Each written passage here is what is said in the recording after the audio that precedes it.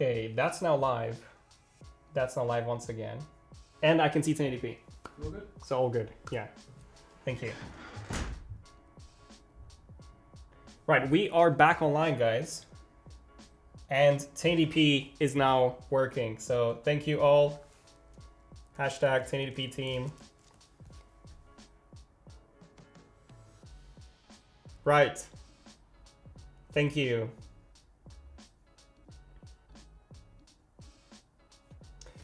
Right.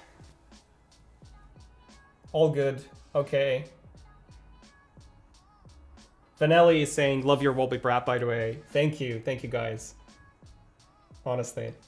Like, the support that we've had for wallpapers has been amazing.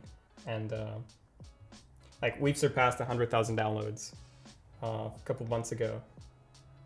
Yeah, and we've introduced some really, really cool packs with some new designers.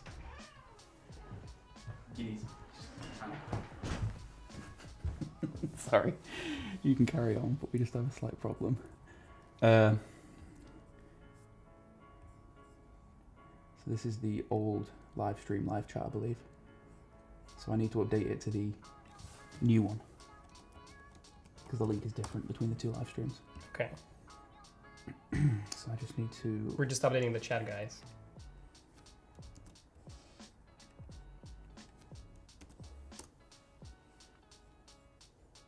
So, yeah, that should be correct, I think.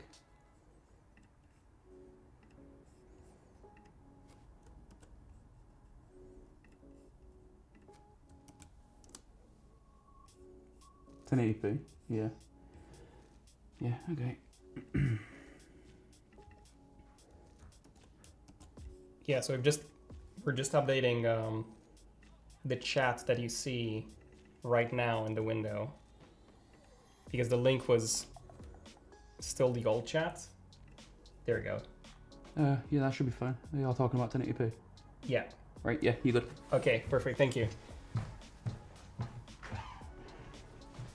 Cool, cool.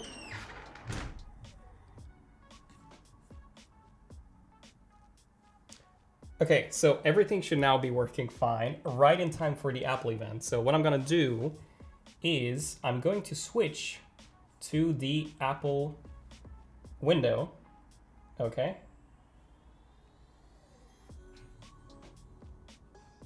So there you go. And then I'm gonna go to the Apple event page. Cool. There you go. So the event is starting fairly soon.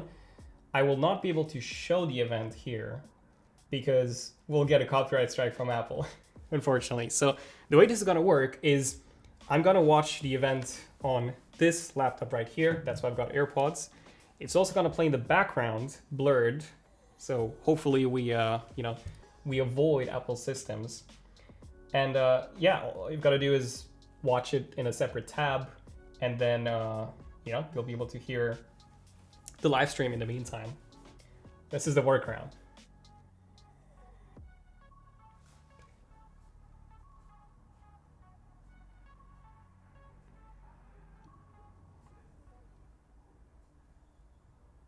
Sorry, I'm just getting a warning on the stream.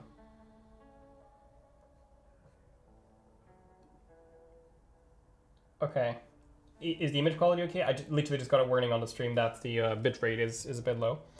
But if everything looks okay to you, then that is all good.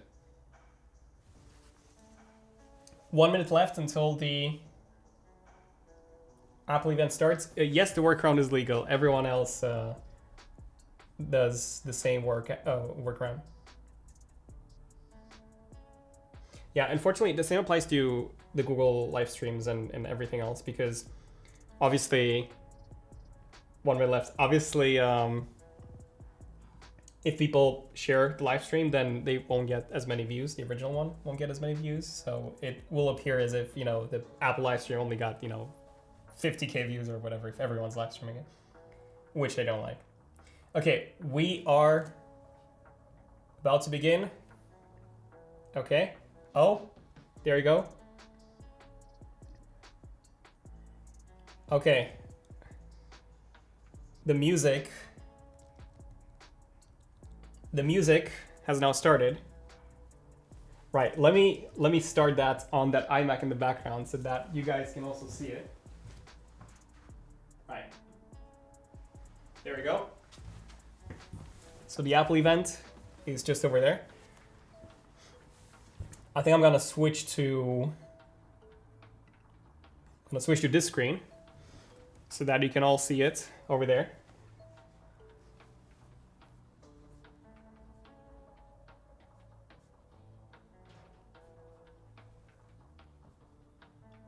Okay, so we're starting off with the Apple Watch from the looks of it. Sorry, my live stream that I'm watching on this MacBook is a bit out of sync on the iMac. So let me just try and get, there you go.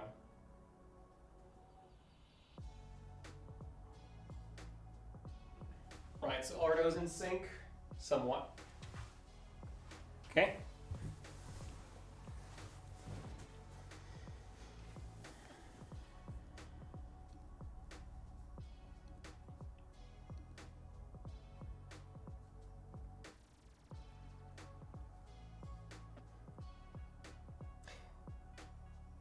Okay, so I'm assuming the reason why they're starting off with the Apple Watch is because there's not a lot of changes, right? So they want to start off with something small and then continue with the main announcement, which is the iPhone 16s.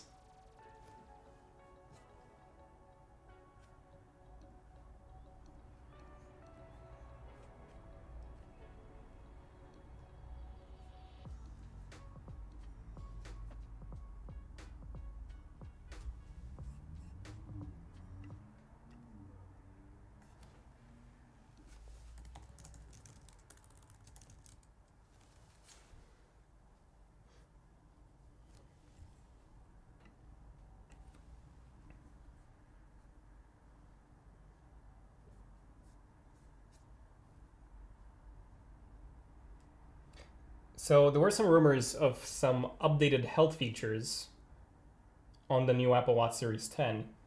So a new heart rate sensor that's more accurate, that was one of them. Sleep apnea tracking, that was another one.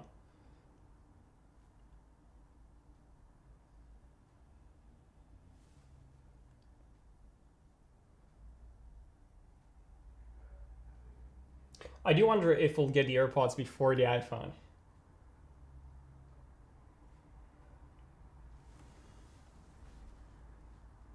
There we go.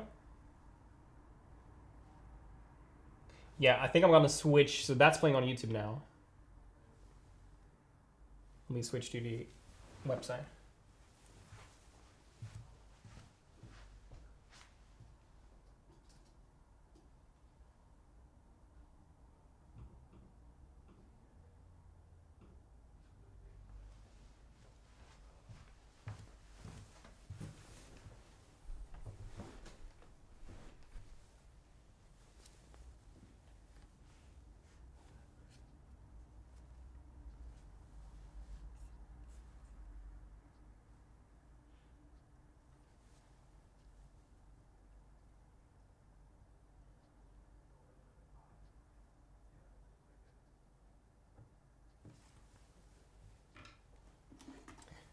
I'm literally gonna get a notebook and then write down some thoughts.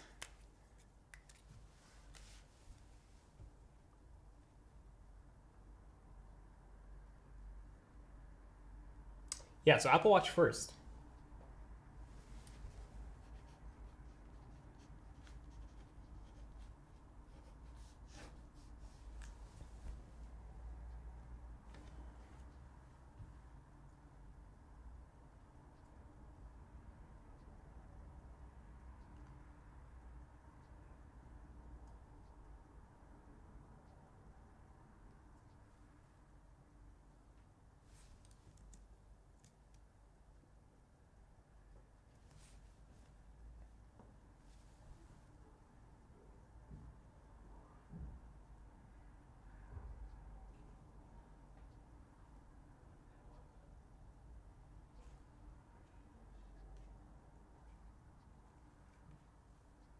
I think this was once again shot on an iPhone. I can kind of tell from the HDR processing. Okay, so new design. Right, there you go. The Apple Watch Series 10, everyone.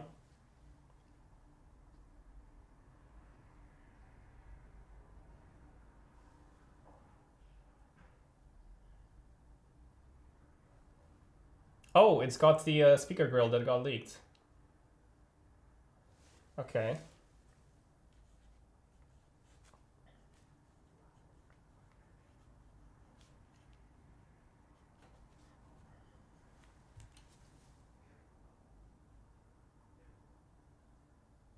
Oh, that is thinner. That is thinner, okay. Series 10, so they're calling it 10, not X.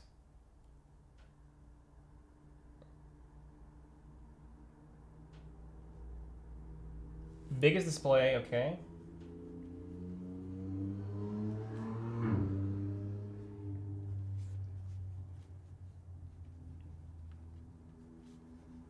I'm literally taking, like I said, some notes on a physical notebook because I've got no room left on my displays.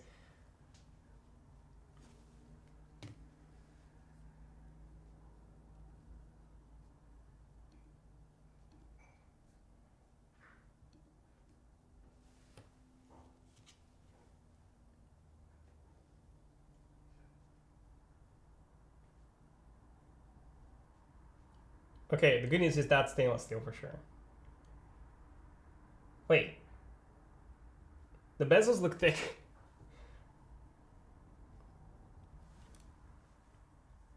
30% more screen area.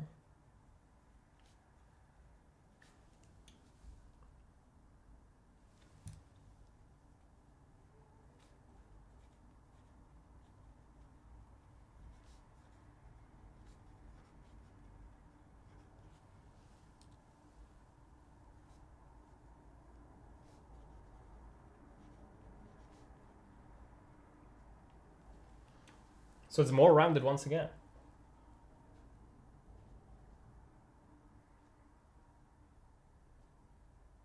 But the bezels, honestly, they look thicker.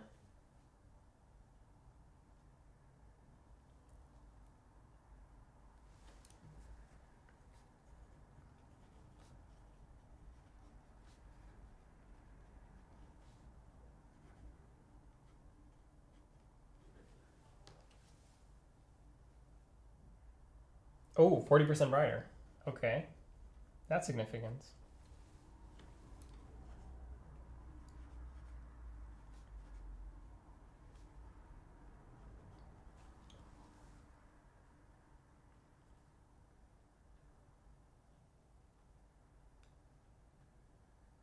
Hmm.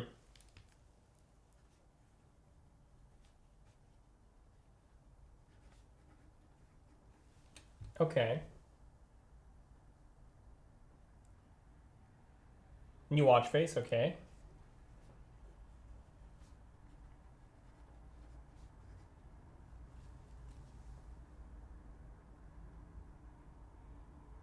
Jet black, okay. Oh, polished aluminium.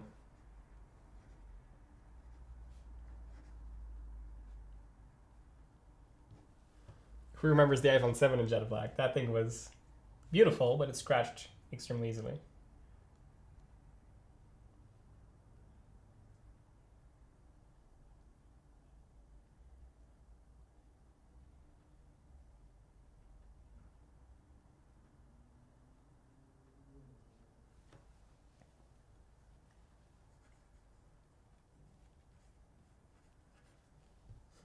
I'm tempted to get the jet black.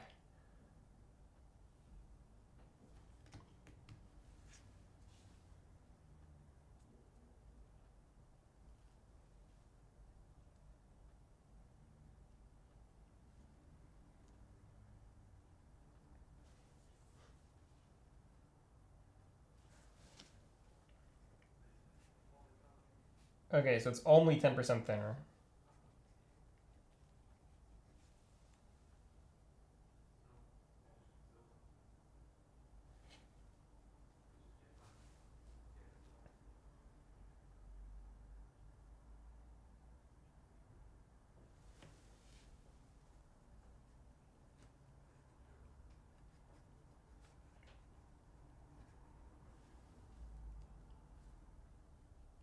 Oh, you can play media through the speaker. Okay.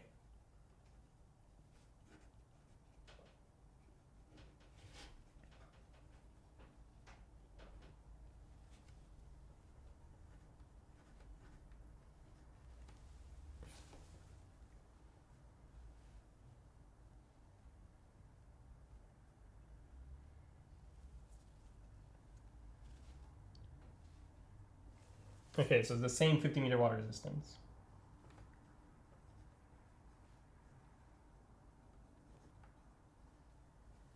Fastest charging, nice. I'm definitely upgrading, guys. 30 minutes, 80%, wow.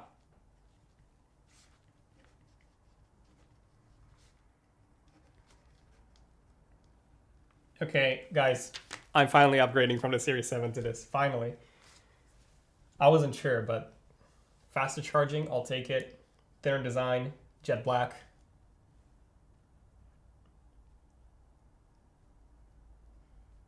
Oh, titanium. Oh no, stainless steel is gone.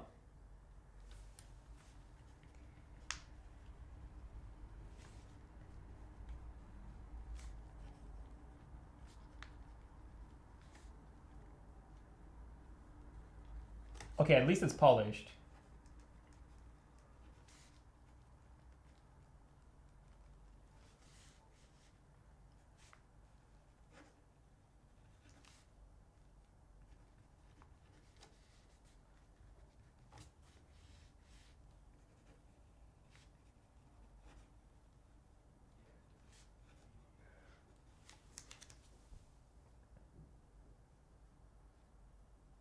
Oh wow, that looks beautiful, the reflection's face.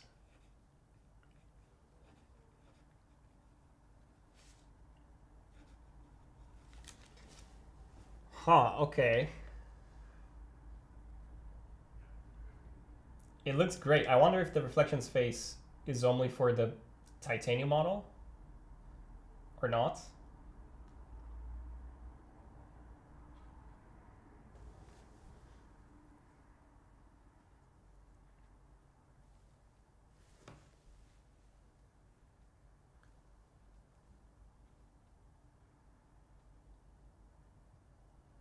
I wonder if they're giving it an updated chip. Oh, the new S10, there you go. Well, is it new or is it just rebranded?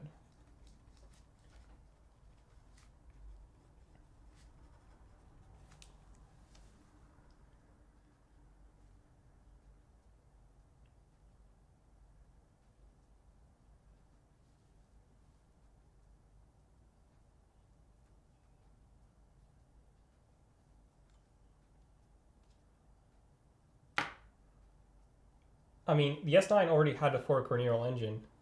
So, is this a rebranded S9 chip?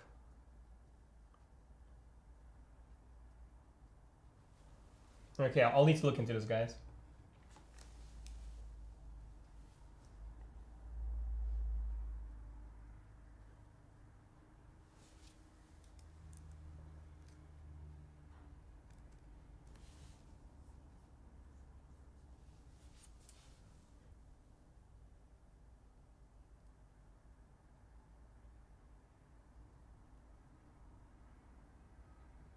They haven't mentioned the case sizes yet,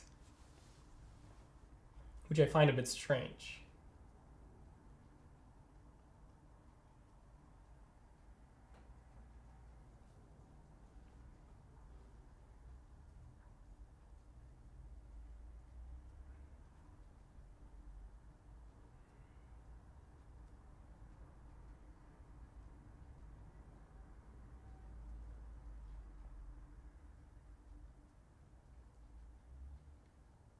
Okay, so they're just talking about software now.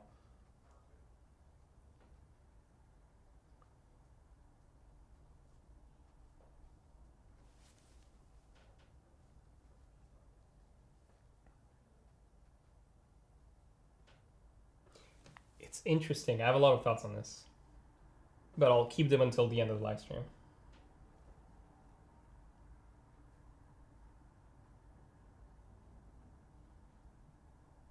The bezels look thick, honestly. Like, they look thinner on my Series 7. Okay, sleep apnea, okay.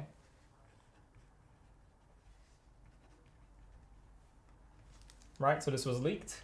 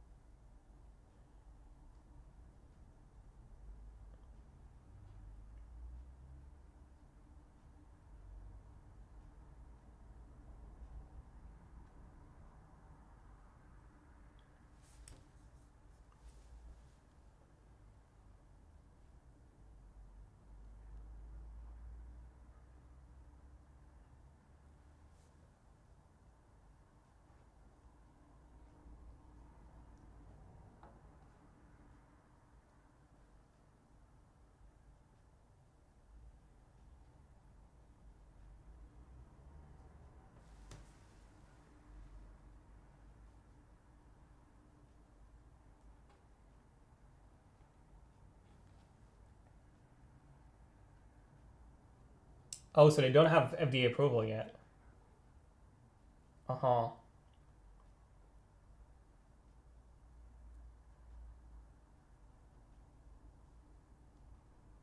Series 9 Ultra 2, okay.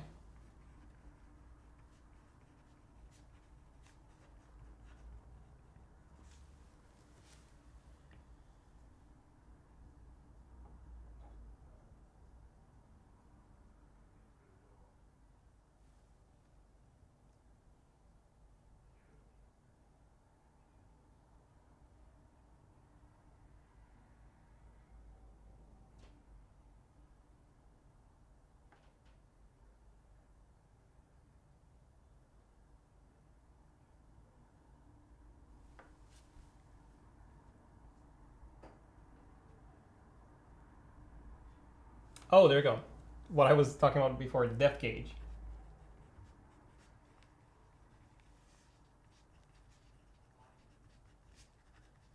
So why even buy an Apple Watch Ultra? This is better.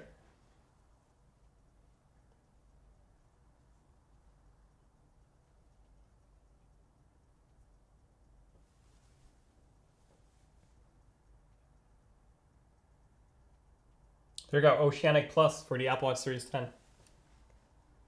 I mean, I'll take it. I don't do scuba diving, but...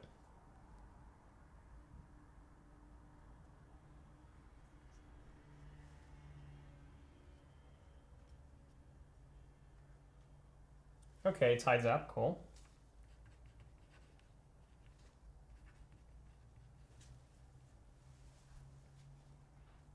I mean, obviously you would get the Apple Watch Ultra for the battery life, but... Aside from that, and the action button.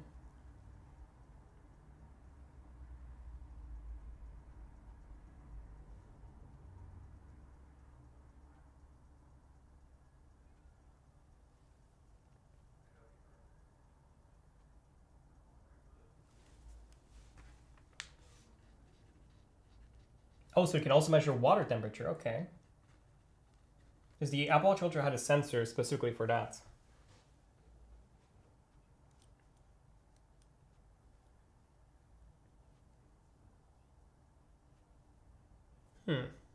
Okay.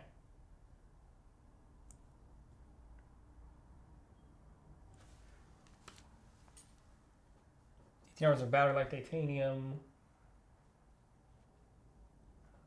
Yes. Pretty good upgrade, gotta say. There you go, this is the 10-year anniversary update. I don't think that's gonna change next year.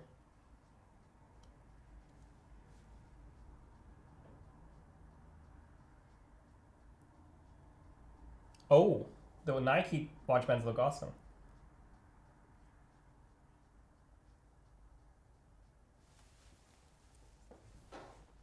Sorry for the volume. I was just far away from the mic. $3.99, $4.99.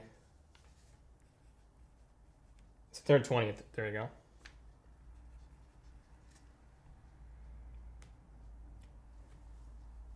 Thank you, Flavio.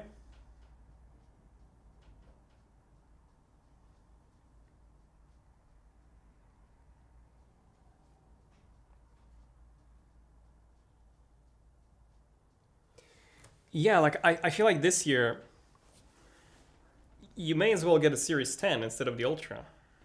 We should do a video on that.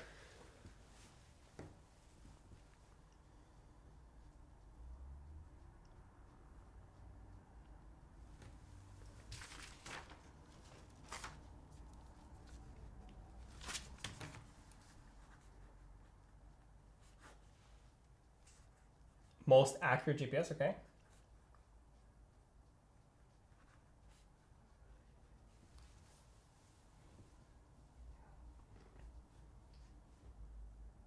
I mean, you've got titanium on the standard model. You've got the depth and water temperature features. Bigger display, thermal design. Yeah.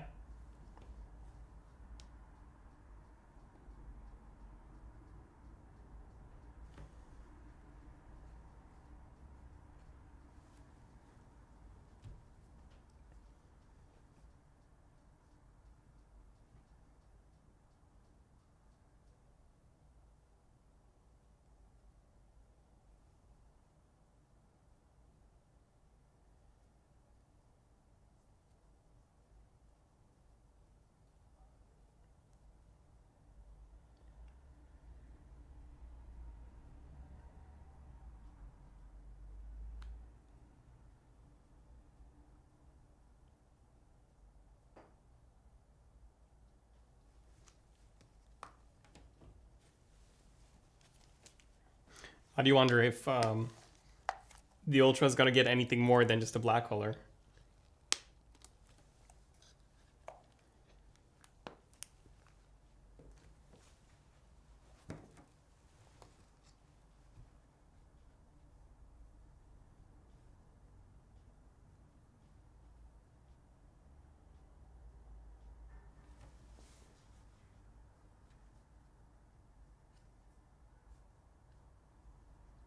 There you go, new color. That's it. That's literally it.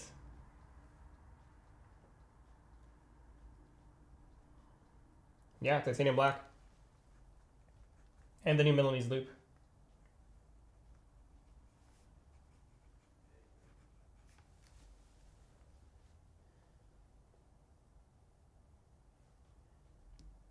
Satin black.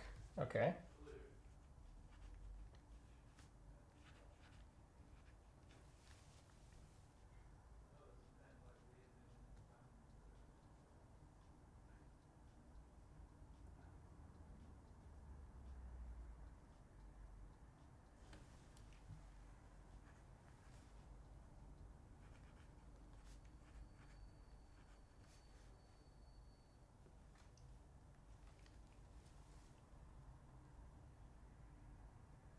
Oh, all bands have been updated. It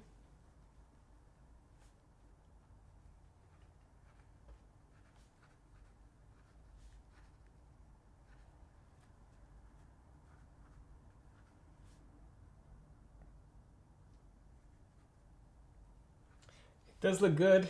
Does look good.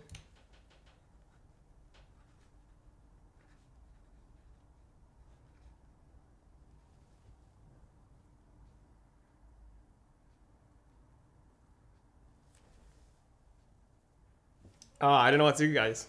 I do love that color.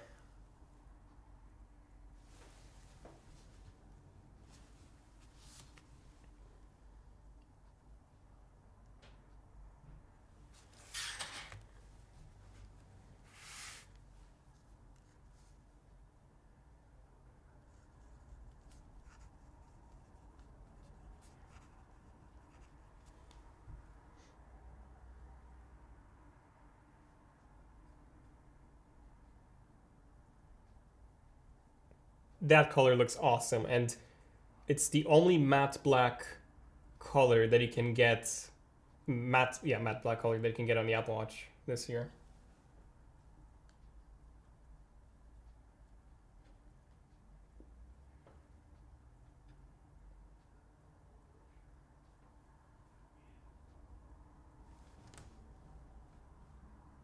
I think I'm still gonna go for the Series 10 though.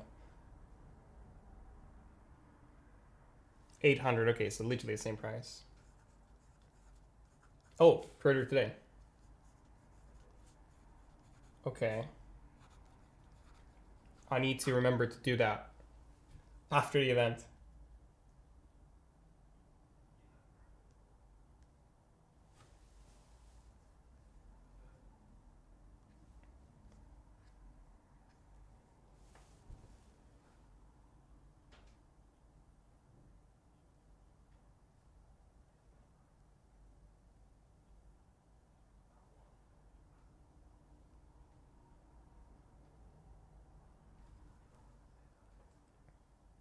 Yeah, like I'm honestly curious to see the differences in specs because the Ultra can go up to 3000 nits. They haven't stated the brightness of the Series 10, but it used to be 2000. Now it's 40% brighter off angle. Okay, AirPods.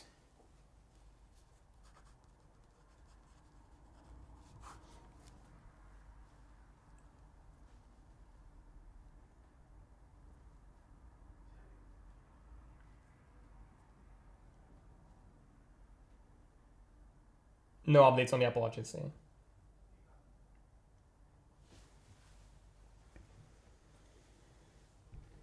The new AirPods look the same as the old AirPods, but they're new. Okay, I think the stems are a bit shorter, slightly.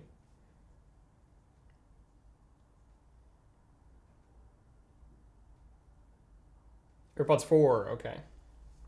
And AirPods SE, I'm assuming. Yeah, so this is the mid-tier version.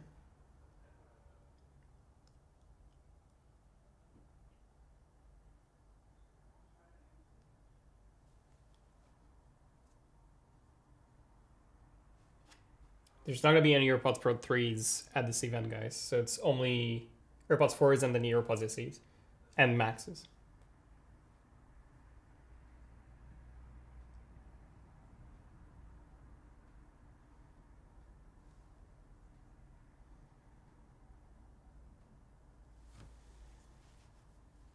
The iPhone 16 has not been shown yet.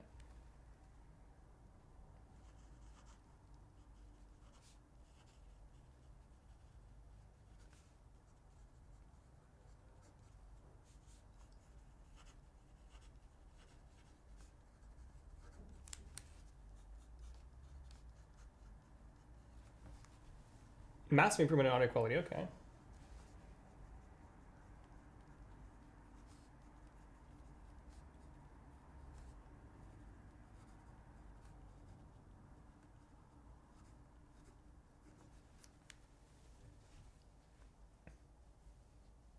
Will there be GPS in AirPods? Yes, there is GPS in AirPods and also an Apple M4 chip inside. I'm joking. There's obviously no GPS.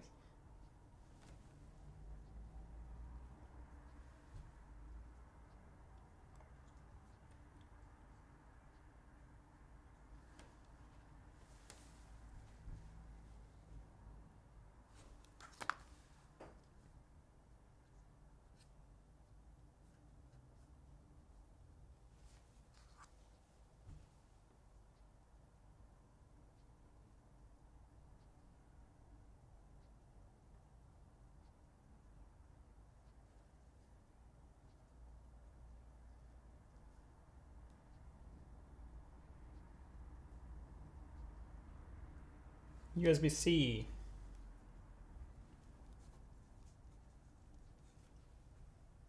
Oh, smallest case, okay.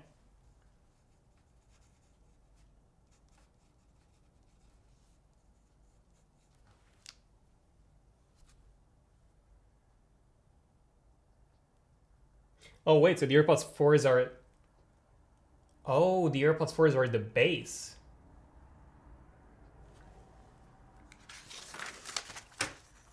That's weird.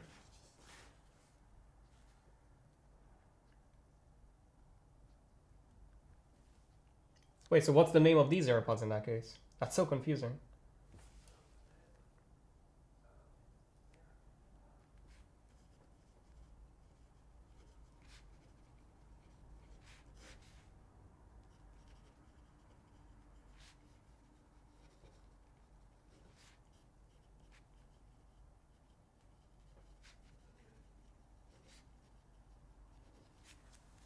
So what's the name?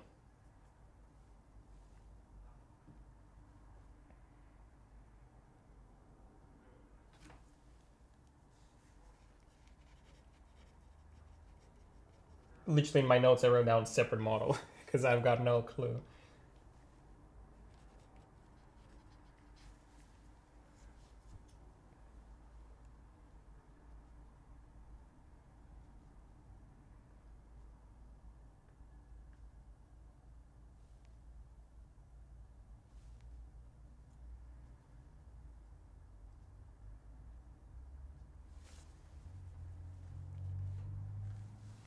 Okay, wireless charging.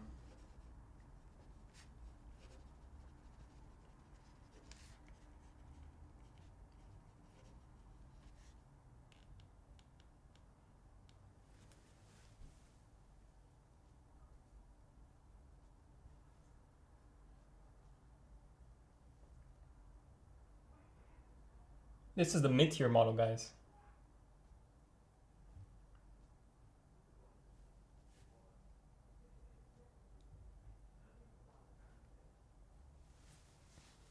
So I don't think Apple gave these AirPods a specific name. So the AirPods 4s are the base model, which we thought would be the AirPods SE. Oh, they're literally called AirPods 4 with active noise cancelling. Okay, right.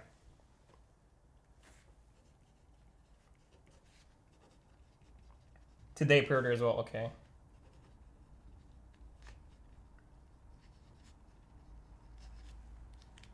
Okay.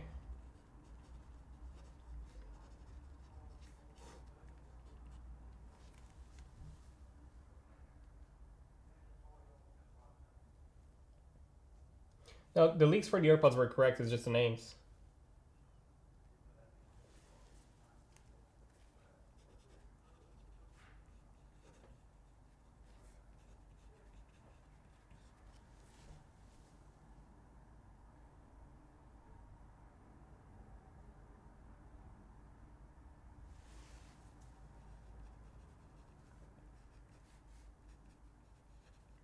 Oh, there's no new chip inside the AirPods Max. Really?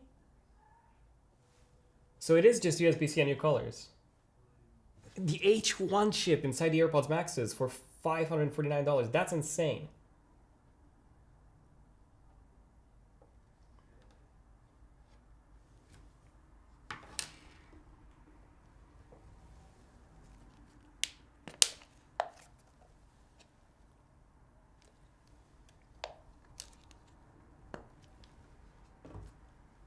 Right, let's see. AirPods Pro, I'm assuming is just software updates in iOS 18.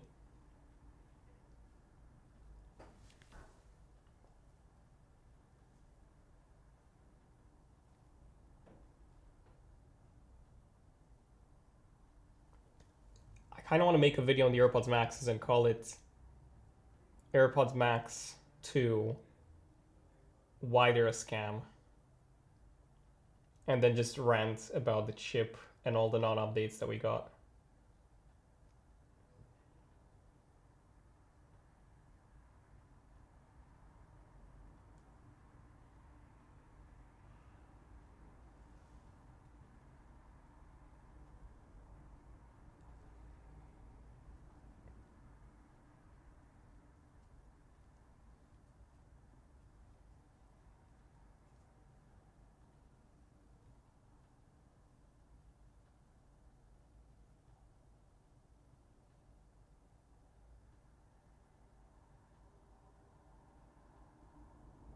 The naming scheme for the AirPods is the weirdest thing, honestly.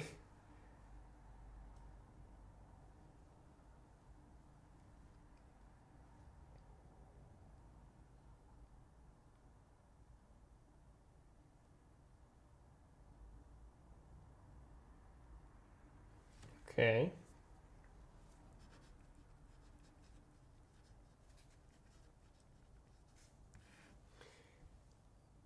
So the AirPods Pro 2s are getting some software updates.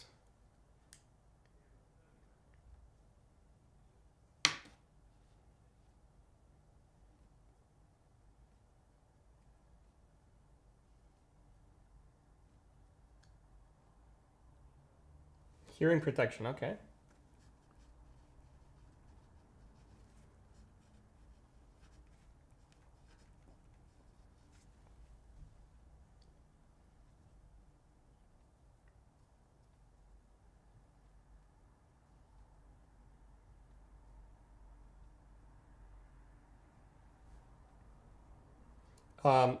Yes, so there's no AirPods Pro 3s.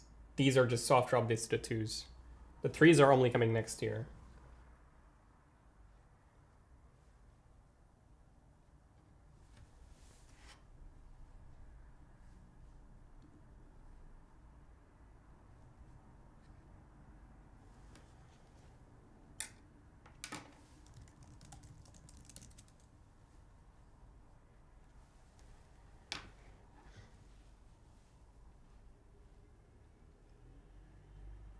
Hearing test, okay.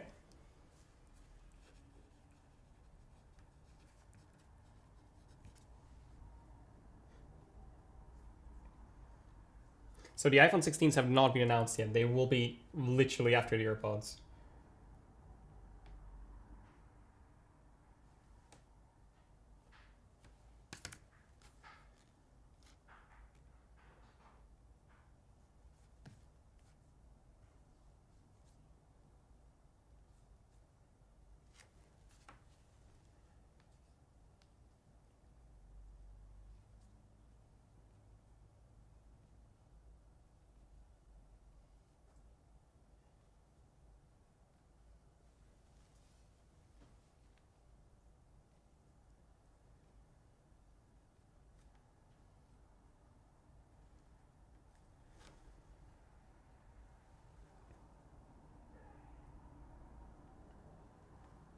Okay, there you go. Hearing aid feature.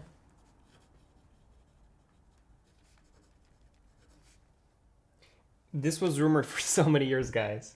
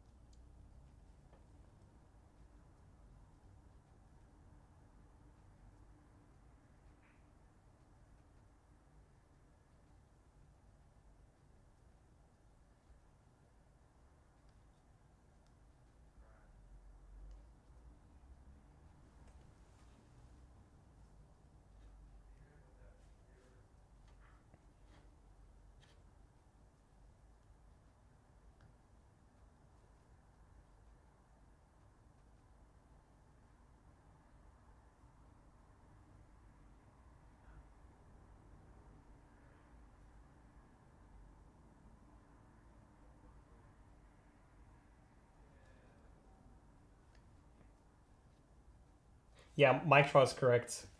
Hearing aids are quite expensive normally. So getting this in AirPods is a huge win.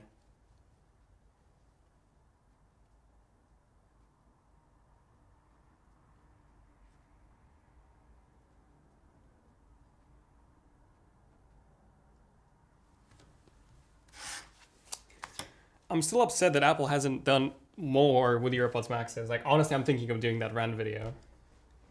Because those are the most expensive AirPods that Apple sells. USB-C charging, that's it. That's it. That's sad. For anyone paying that much for AirPods Maxes, that's honestly sad. I mean, they're not bad, but they could have done so much more.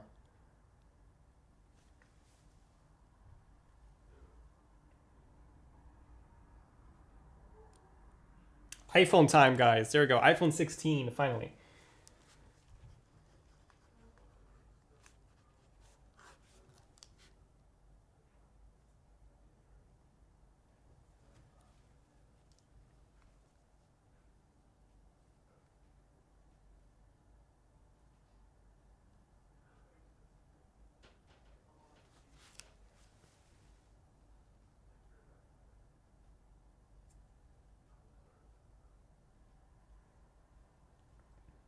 I feel like Apple Intelligence has been overhyped so much.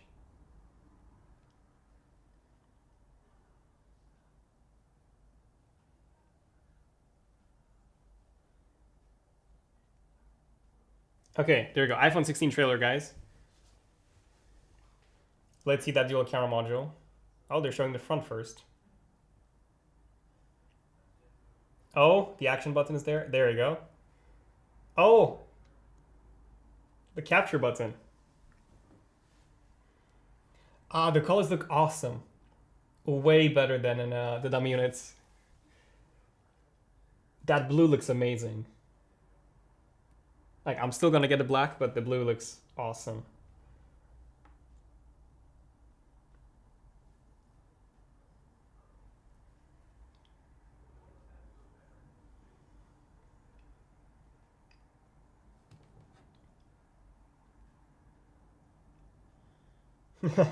Tim looks AI generated. Who knows?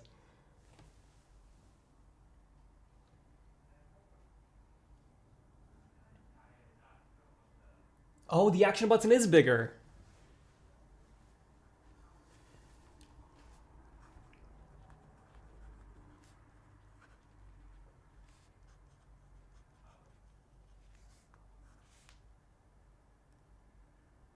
Ultramarine. They're finally giving them different names.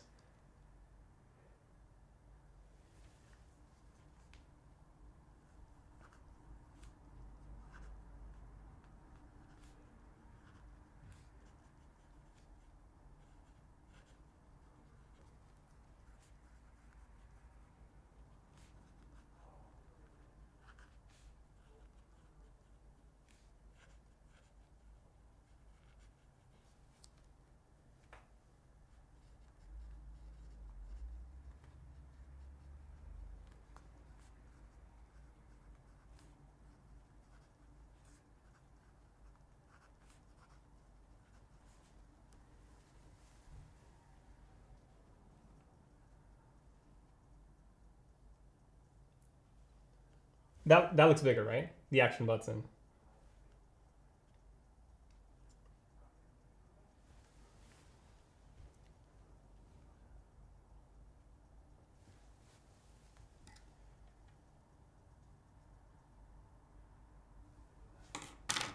I think it is bigger, yeah.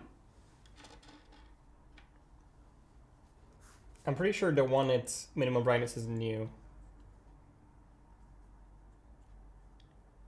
Camera control, okay.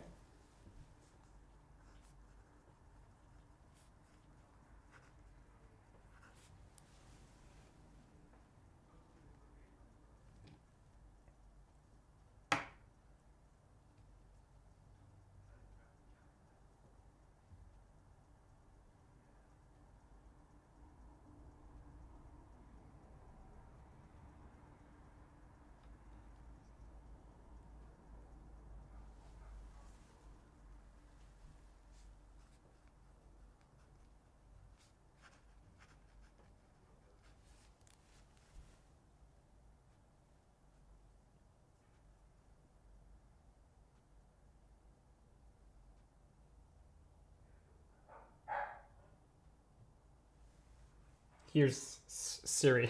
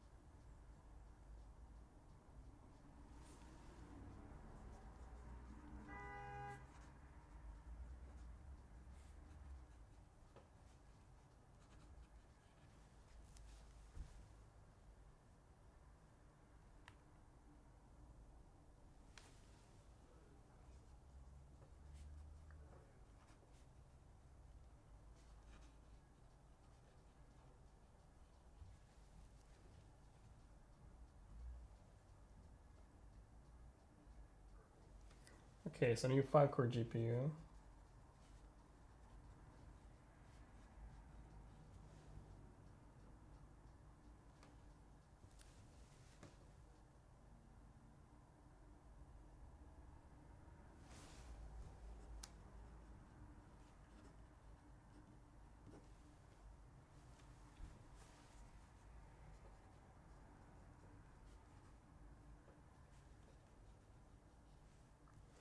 I mean, it seems a bit better than it actually is because they're comparing it against the A16.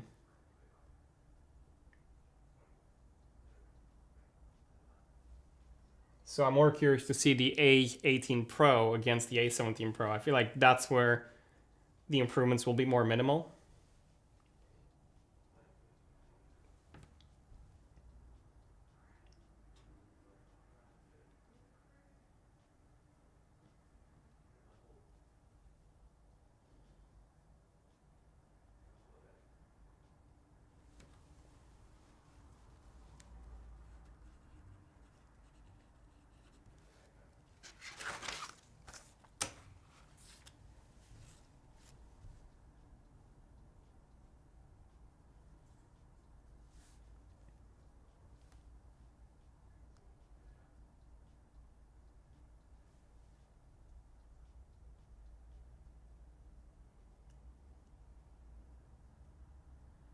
Here, first one is live.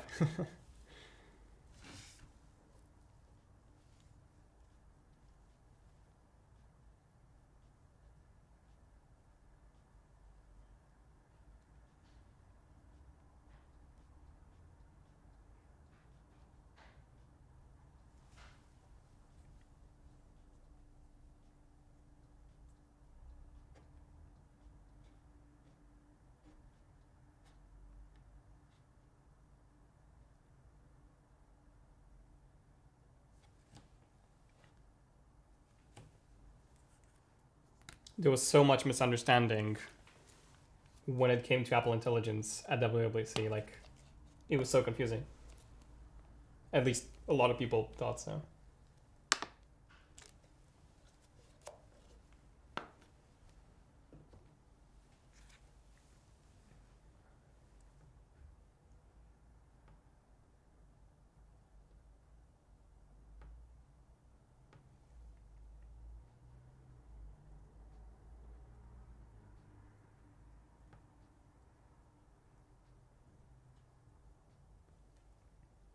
So they haven't talked about a camera, which based on the leaks, it's literally the exact same as in the iPhone 15.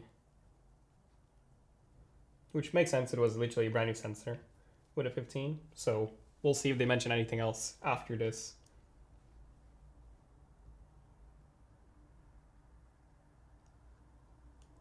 I feel like they need to talk about the capture button. Sorry, the camera button a bit more.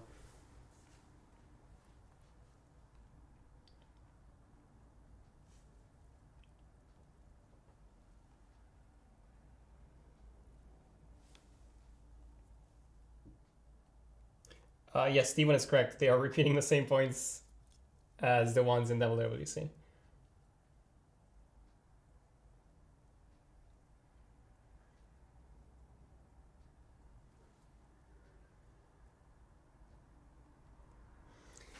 Yeah, so I've been using Apple Intelligence a bit on the beta. It's okay, but I just don't use it as much as I thought I would.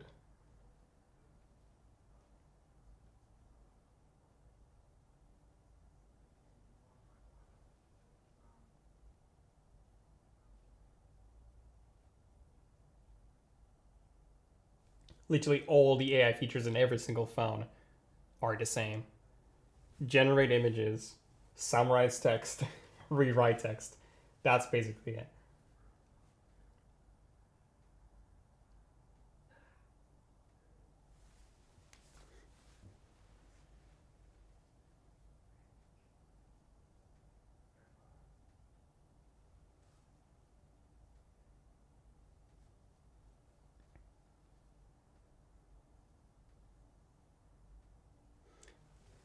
For my brief experience with Apple Intelligence, Again, not all features are available yet in the beta. But Google's Gemini features are far, far more advanced.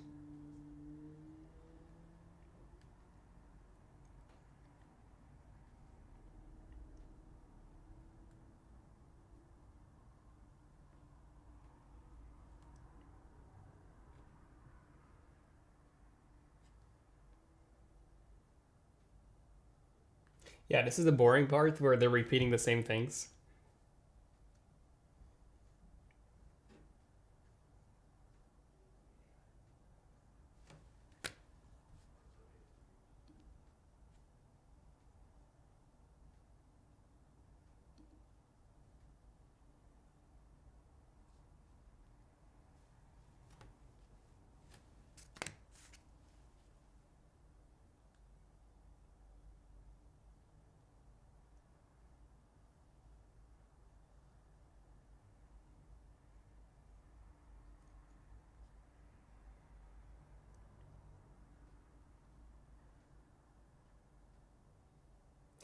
The fact that they're not launching these updates, all the Apple Intelligence updates at the same time, and they're staggering them, like Siri, I think Siri is still supposed to only come next year. That's such a miss.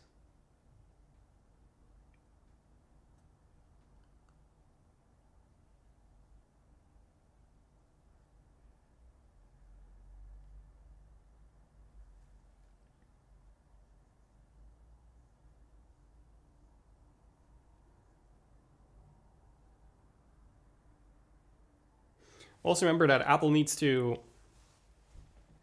Apple has their own systems, but they're also making use of ChatGPT. So if there's a query that Siri cannot answer, you can send that request to OpenAI and ChatGPT will answer for you.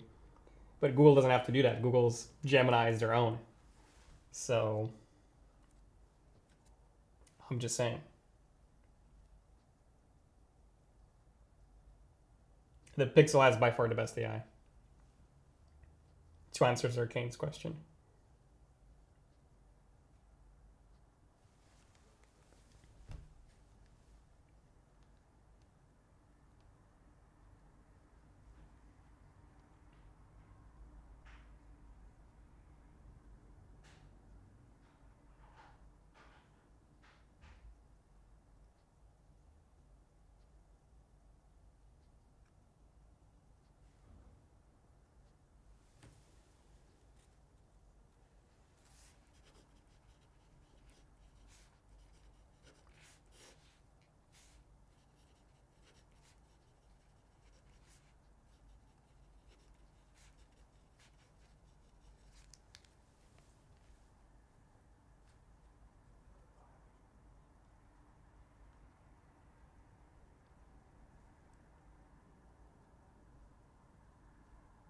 Next year, wow.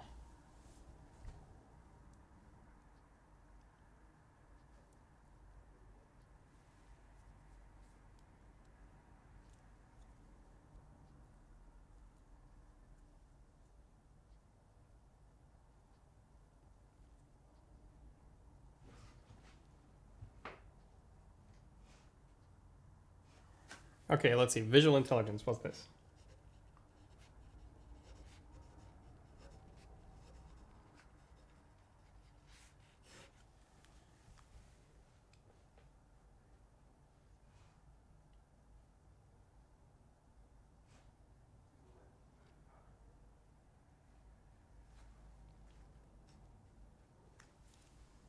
Okay, that's quite useful.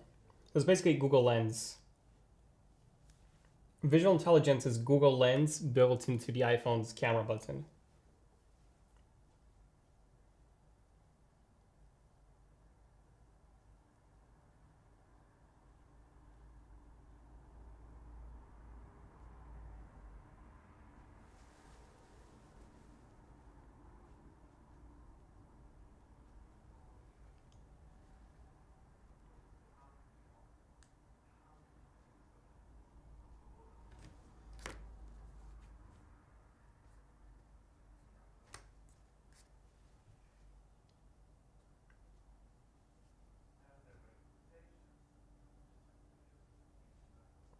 you can kind of do the same thing on the Pixel, but it's not as fast.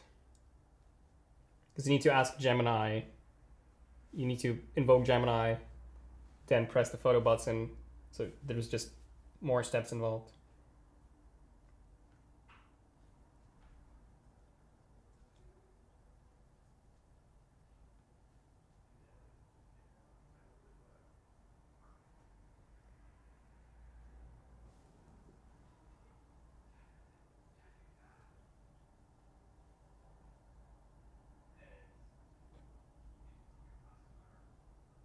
Camera control later this year. Wow, so even that's later.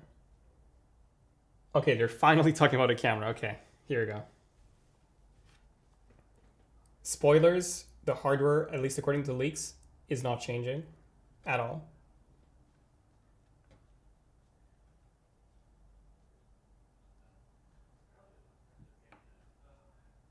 Right, let's see. Closer look at a camera control.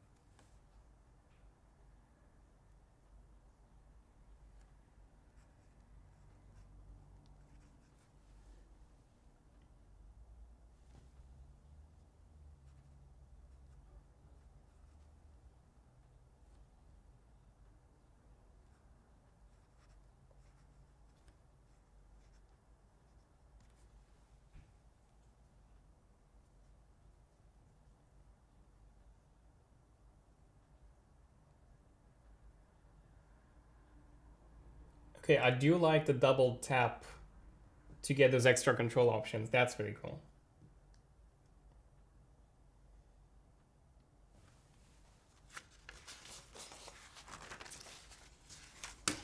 Okay, so just quickly looking at the specs that they listed for a second, it looks to be exactly the same, yeah.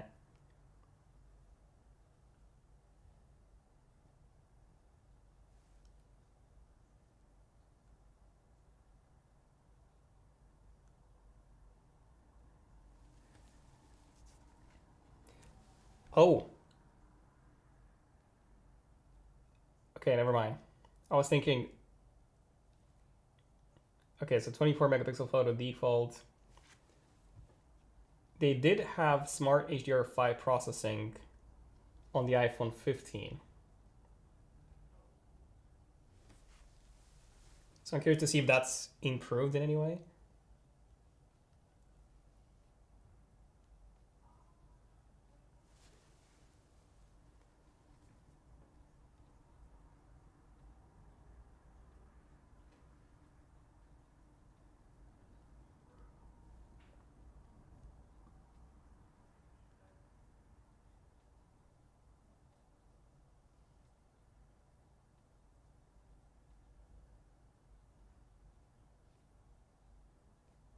Oh, they're now calling it Fusion camera.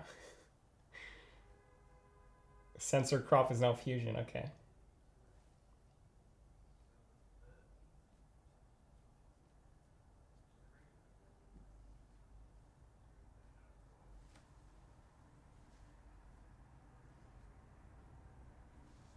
Okay, and you all tried.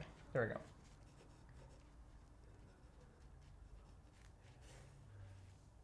Sorry, I did say the hardware was the same. I forgot about this. This was leaked before.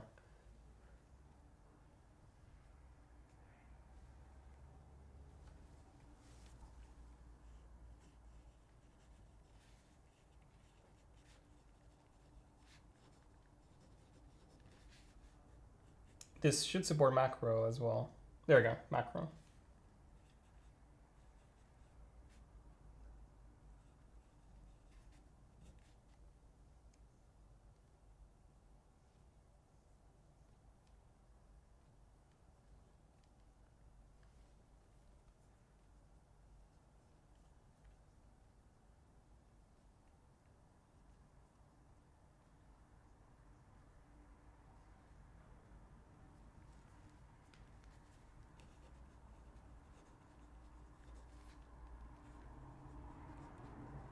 There we go, spatial video.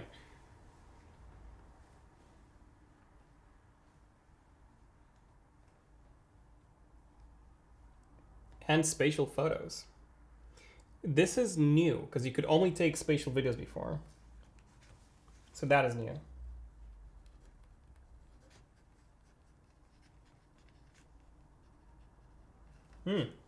Okay, improved audio. I'm taking notes, Capper. That's what I'm doing.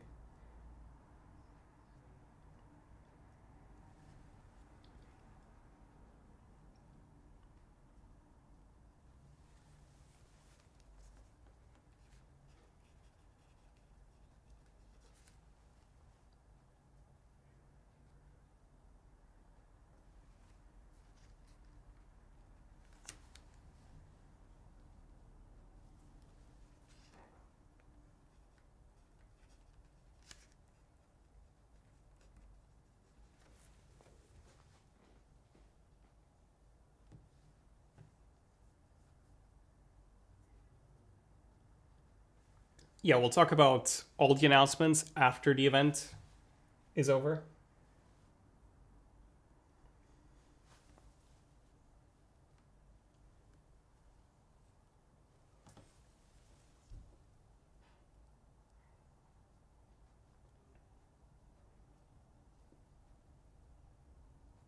Okay, I think it's time to talk about,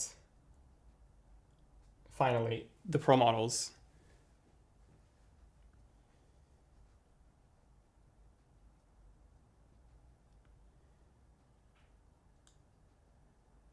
Gaming, right, so they're going to talk about the AAA. Oh. Thermal.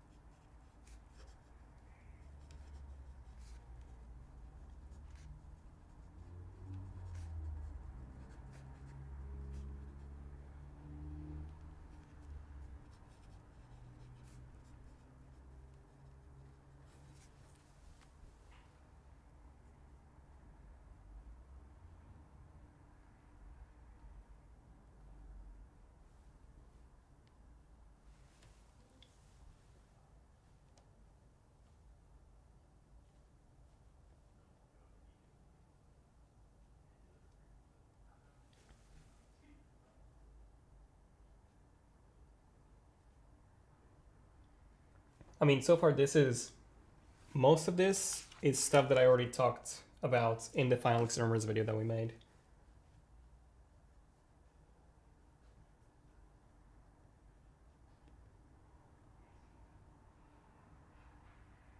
Next gen game from Tencent? Oh, okay. Insert a random game that no one has ever heard of.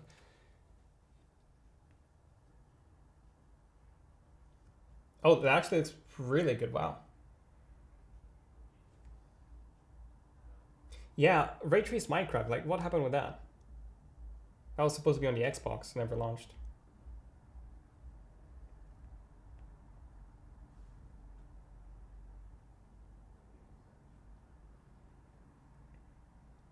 I mean, that game looks incredible. I'm pretty sure it is a microtransaction overload. Resident Evil 4, Mirage, 2, Death Stranding. Okay, so it's basically the same ones, yeah, as on the Pros. Okay, battery lifetime.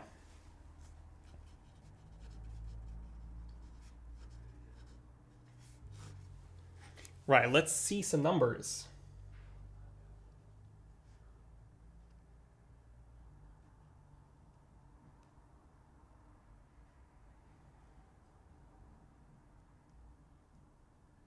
Wait, hold on. They haven't given us any numbers on the battery life, and they just moved on to Apple Intelligence. Okay.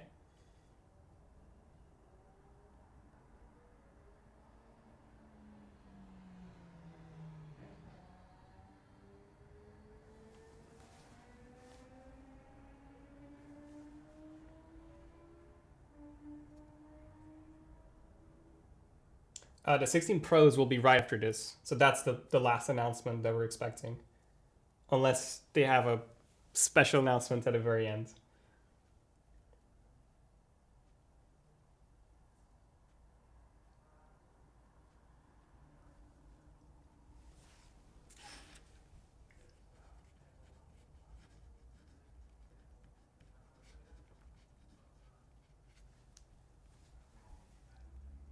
Oh, Find My via satellite. Hold on, that's new.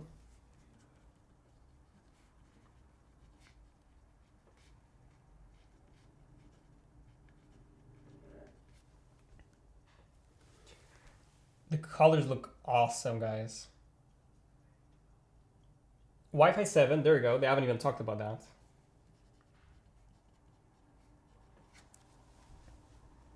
Messages by satellite. Which, by the way, if you're coming from an older iPhone, that's huge.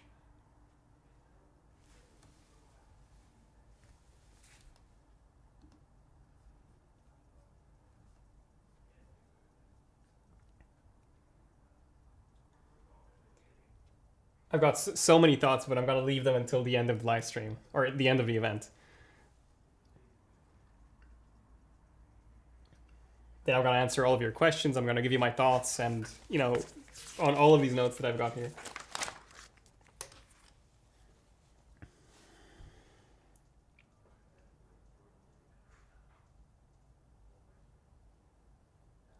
Yeah, I found that so strange. They said big boost to the battery life, and they haven't given us any numbers whatsoever. Trust me, bro, it's good.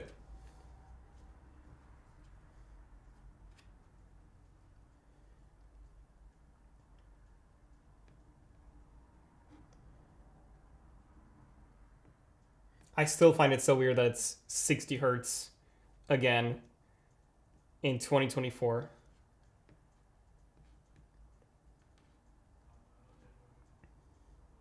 Literally, the best feature of the iPhone 16 is the camera control button. That's it by far.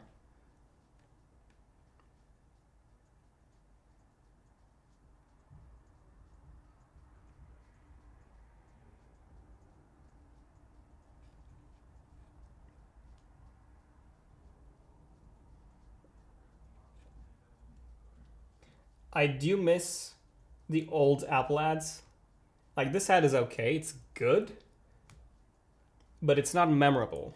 You know what I mean? Like, 10 years from now, you're not going to be like, oh yeah, that iPhone 16 ad was amazing. No. But I'm pretty sure you'll remember the iPhone 3GS ad, the iPhone 4 ad, the MacBook Air ad. Those were iconic.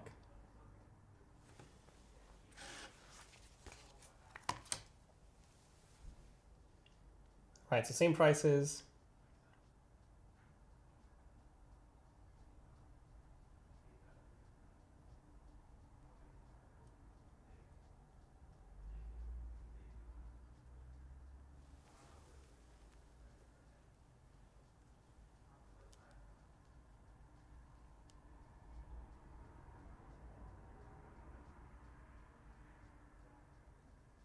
I do hope that the pre-orders do not start today, like with the Apple Watches. Because if they do, I need to end the live stream pretty soon just to be able to order them. Which I hope I don't have to do. I'm a bit nervous when it comes to ordering the Apple Watches.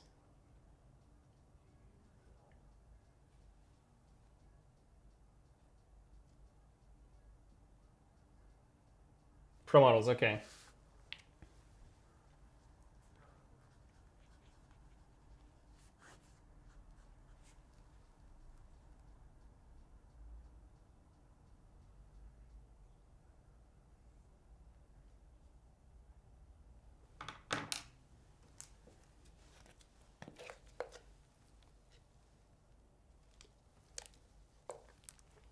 Right, there we go, the new color.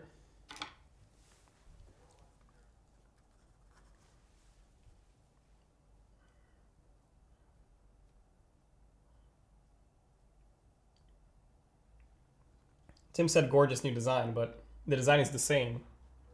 It's just a new color. Oh, the bezels do look thin.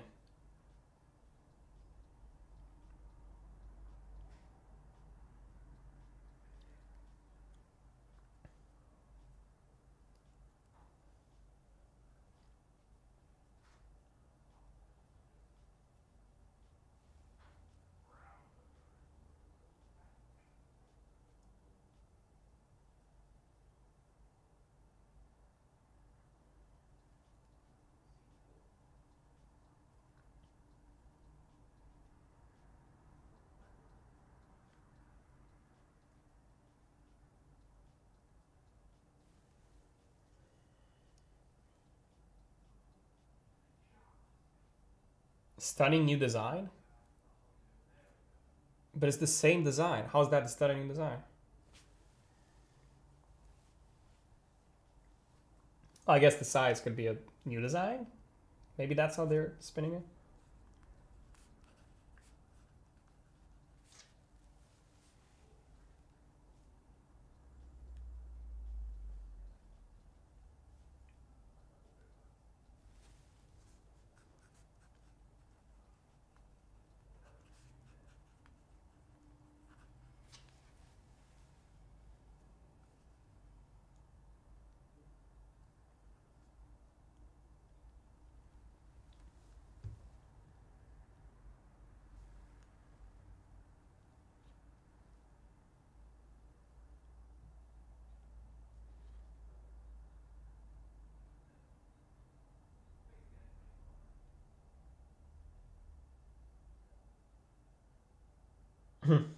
Interesting. That was probably a dig at Samsung. Okay. Darker black. There you go.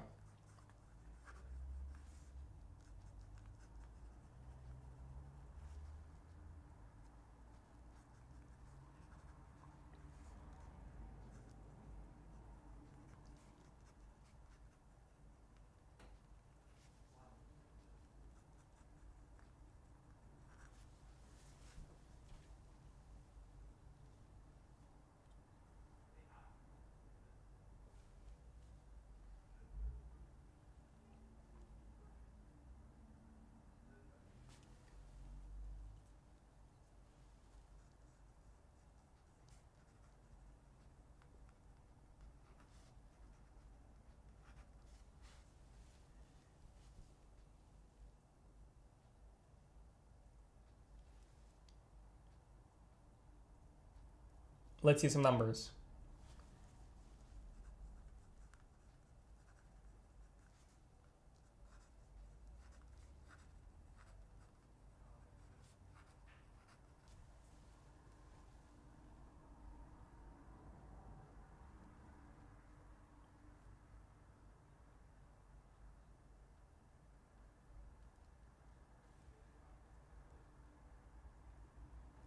Okay, so you're talking about Apple Intelligence once again, which they already did for the iPhone 16. They're really trying to push this.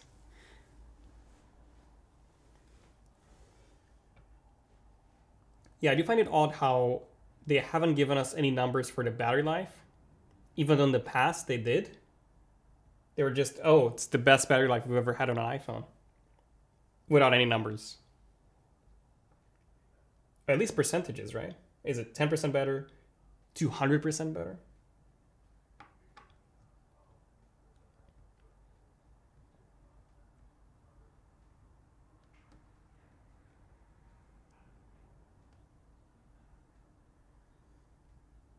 Apple Intelligence definitely had the most time out of any launch from this event.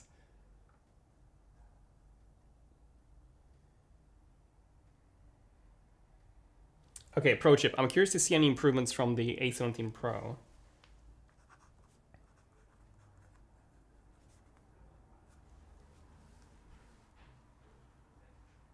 New pro chip, there you go. A18 Pro.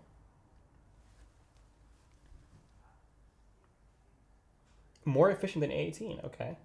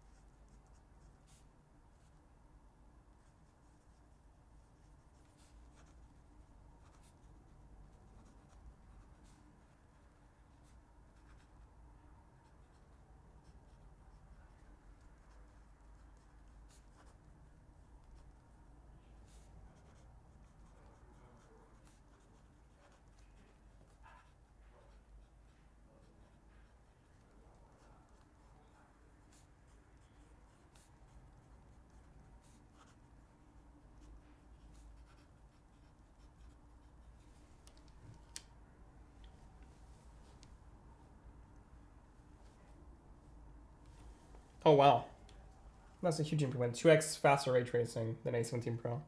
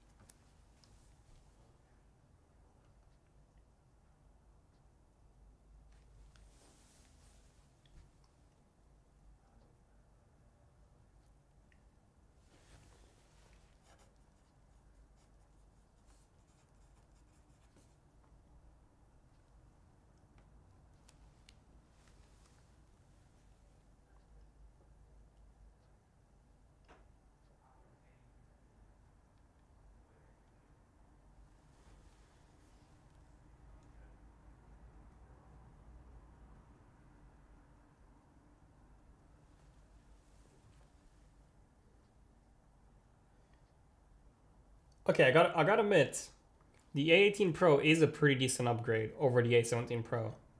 Like, more than what I was expecting.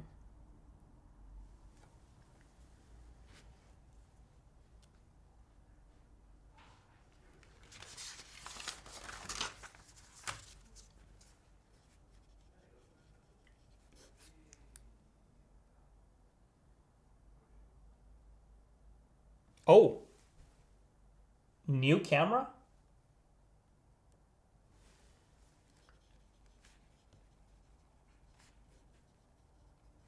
Really?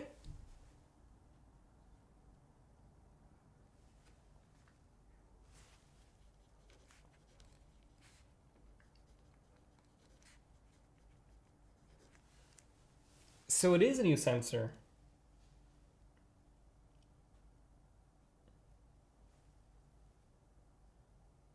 Hmm.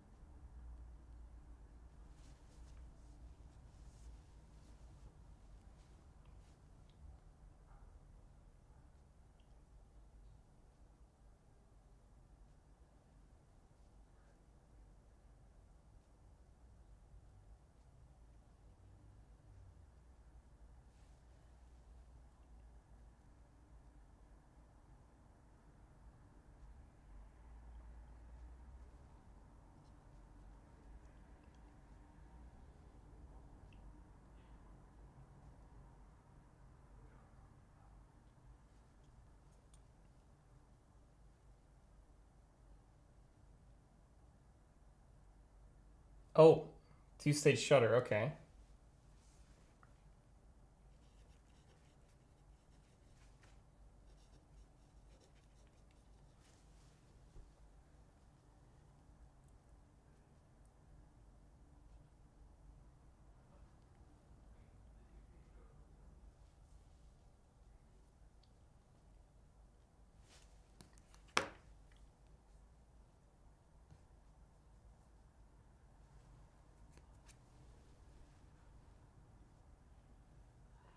I really need to look into that new camera sensor. Because I think that's the only thing from the entire event. The only main thing, at least, that was not leaked correctly.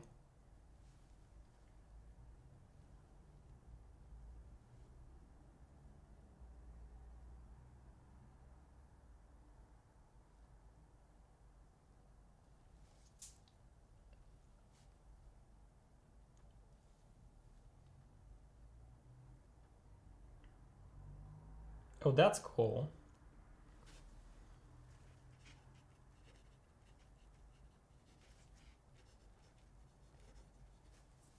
The editing styles.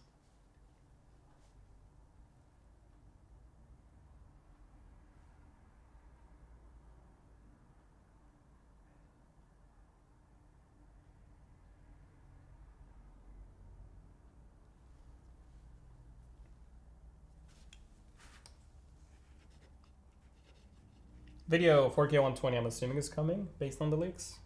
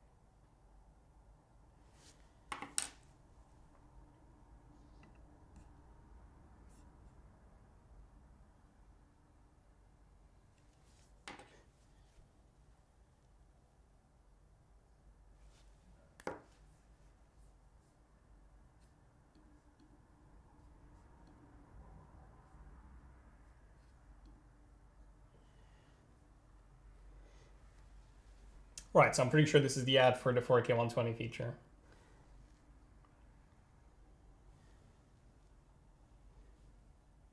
Cinematic slow motion.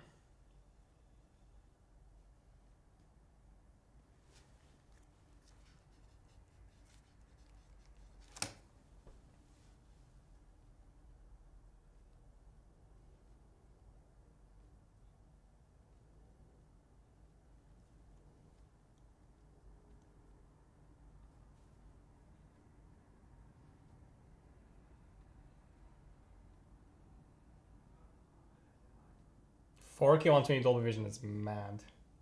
4K 120 ProRes.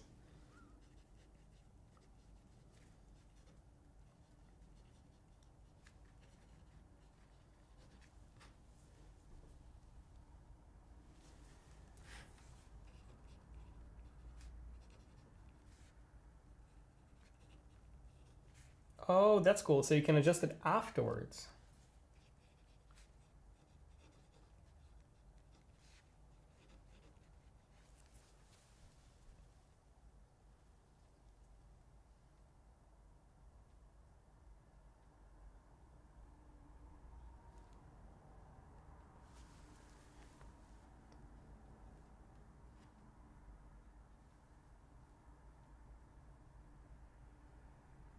Oh, they're mentioning Kino. Shout out to Kino.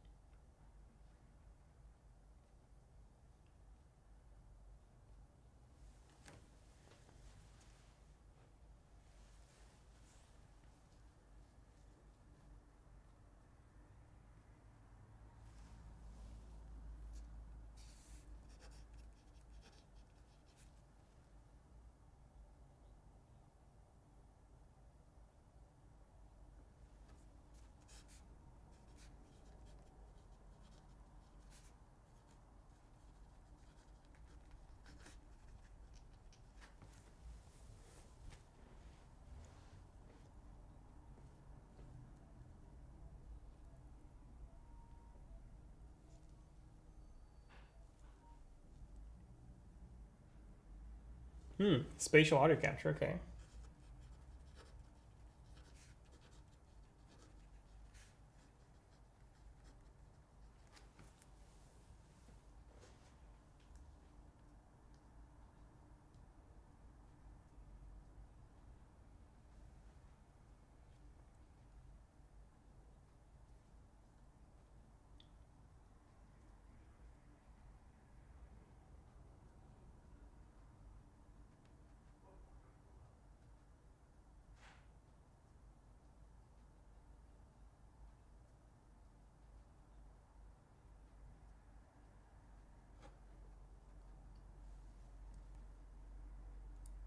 Oh wow, I do really love this camera UI or editing UI, whatever this is, with the transparent overlays. That looks so nice.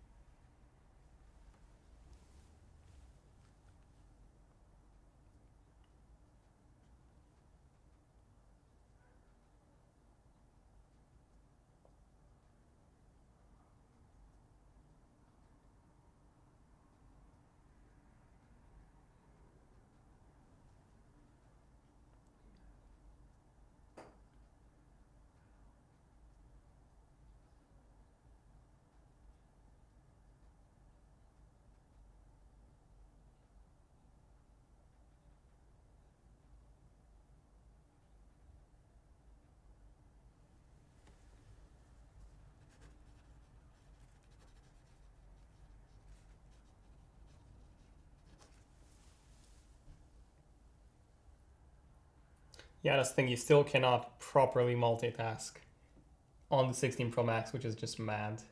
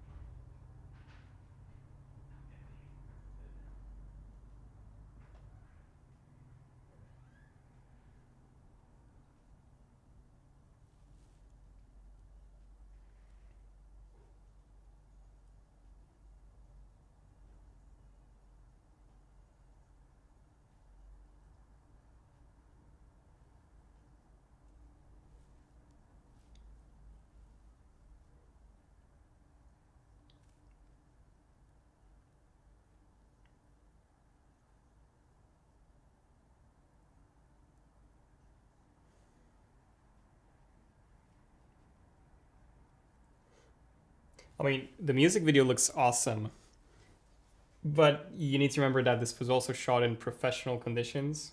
Like everything was tailored.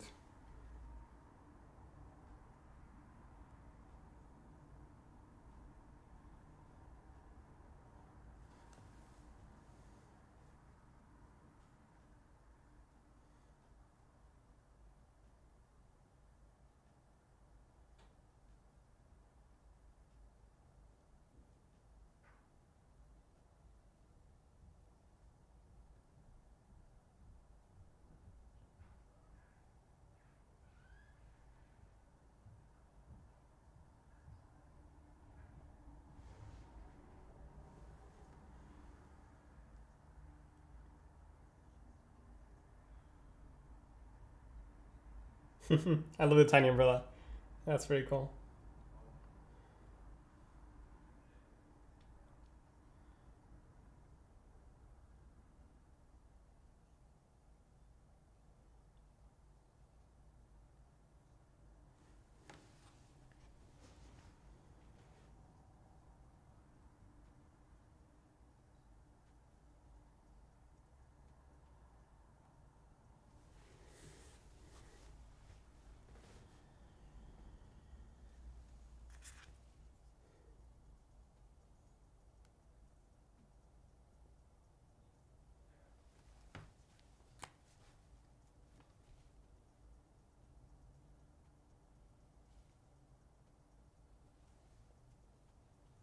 Okay, max if update.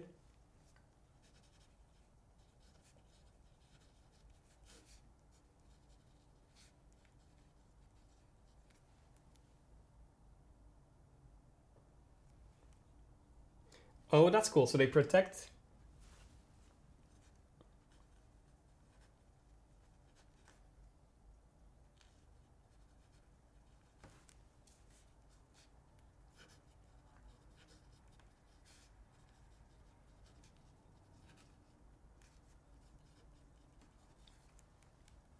Significant packaging updates. Okay.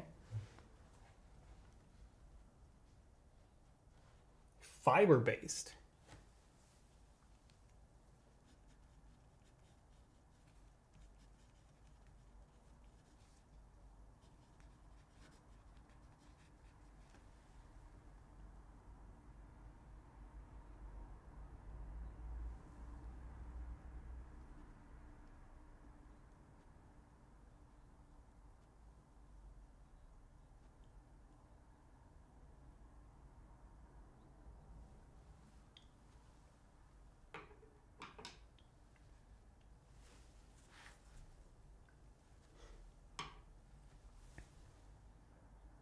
Right, so same price as before.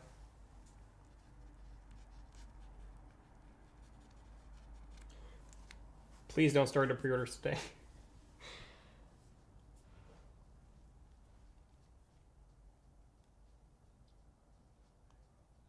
Okay, it's all good, guys. Okay, I just need to order the Apple Watches after the live stream.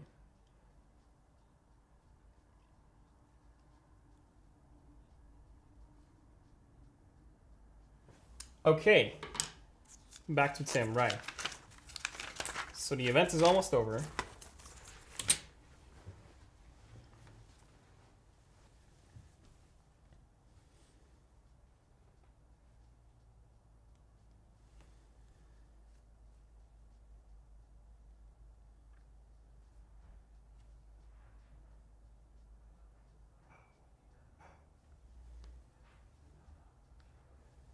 I mean, the Apple Watch is really the star of the show.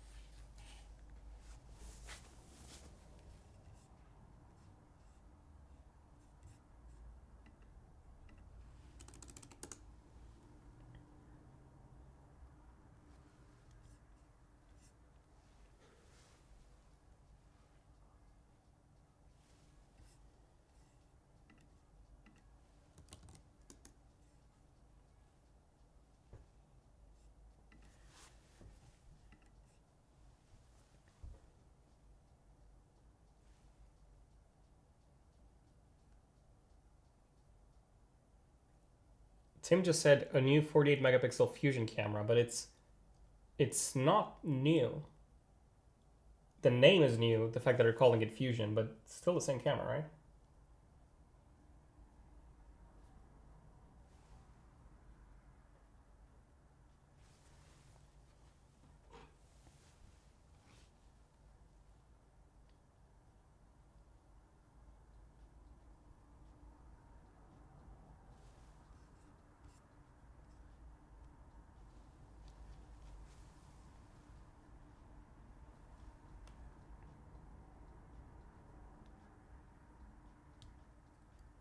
Okay, there we go. Right, the event is over, guys. So now let's talk about everything. Right, so let me just switch the screen. There you go. This is Apple's website now. So let's see if the page is now live or not. So the page is still, it's not live yet, but it will be live pretty soon. Right, so while we wait for Apple's website to update, oh, there you go, it's live. Right, so let's start from the beginning. Let's start with the first announcement, which was the Apple Watch Series 10, which is not live yet. That page is not live. But it should be live right here. Okay. Right, so let's start with the Apple Watch Series 10. I would say that the Series 10 was the biggest announcement of the whole event. This was the redesign that we were promised, although not to the same extent that we were promised. The bands do not mount magnetically, so the system is still the same as before, but everything else, to some extent, excuse me, my voice is leaving me. Everything else to some extent is new. So the speaker grill, let me see if I can open up the page. Series 10, there we go. So this is the Apple Watch Series 10 in the new aluminum color. Okay, so we got the new display, which I'll take a look in a second. I'm curious to see the actual casing sizes. They haven't talked about those, so we'll take a look at those in a second. But as we can see from this image, it is significantly thinner, which I do like. I did feel that the Apple Watch was quite thick, especially with the sensor area sticking out. Now, if you take a look at this, the sensor area itself is actually not getting any change, but the Apple Watch body is. So the Apple Watch body, that's the one that's getting significantly thinner. So I want to see a comparison of the bezels, because to me the bezels appear to be a bit thicker than the Series 7. I don't think that's the case, but I'm still curious to see. That's the new color, so the new aluminum jet black, which, like, this is aluminum, so, you know, the last time Apple did a jet black color, it scratched like crazy on the iPhone 7 jet black. So I hope that that's not the same thing here, but it looks gorgeous. And that's the new titanium, which replaces steel. However, it is polished, which I do like to see. There we go. So I like that change. Yeah, okay. Right, so first things first, I just want to take a look at the case sizing. What's the actual size of this thing? Let's see. But overall, in terms of my thoughts on the Series 10, I'm definitely upgrading. Like, I was not expecting to upgrade, but when they mentioned the faster charging, also the off viewing brightness, that was new as well. The jet black was also new. The fact that titanium is now, like, the stainless steel is lighter since it's titanium, but it's still polished. Like, I do like seeing that. Okay, so it is 42 and 46. So that means Ming Chico was not correct. Majin Buu was correct. I believe Majin Buu was the one who said 42 and 46. So very small increase, which I do like to see, because when I saw the initial leaks that the 41mm was increasing to 45, I was like, okay, everyone that loved the small version is not going to upgrade to the Series 10, but we're only getting a fairly small increase here. So from 41 to 42 and from 45 to 46. Other than that, we are getting the series, the S10 chip, although from the looks of it, this is the same as the S9 chip, although it does have 64 gigabytes of storage. So it does have double the storage. Correct me if I'm wrong. I don't think the Series 9, the S9 chip increased the storage. It was still 32. So this seems new to me, but I'll double check everything when we make the video. So I'm just taking a look to see if I can tell anything else that's different. So temperature sensor, again, that's new. Okay, so it is 2000 nits maximum brightness. So that means it is 1000 nits dimmer than the Apple Watch Ultra, although it's still, you know, plenty bright. The one that I'm using, so the Series 7, this is 1000 nits and it's still plenty bright outdoors. And I guess what's new is the 1 nit minimum brightness. I don't remember this being this low. I think the Ultra 2 did have 1 nit, if I'm not mistaken. But this is new. Okay, and the fast charging, that's awesome. 80% in 30 minutes, that's amazing. I'm just looking over my notes to see if there's anything else interesting about this new Apple Watch. So it's 10% thinner, which doesn't seem like a lot, although from the image, it was a bit more noticeable. And one of the coolest features that you can now play media through the speaker. So if you listen to a podcast and you don't have your AirPods, you can just listen through the speaker itself. It's pretty cool. And yeah, it's a pretty big change. There we go. Let's do a quick side by side because I want to see what else is new. And then I can answer any questions that you guys may have on the Apple Watch. And then we can move on to all the other updates.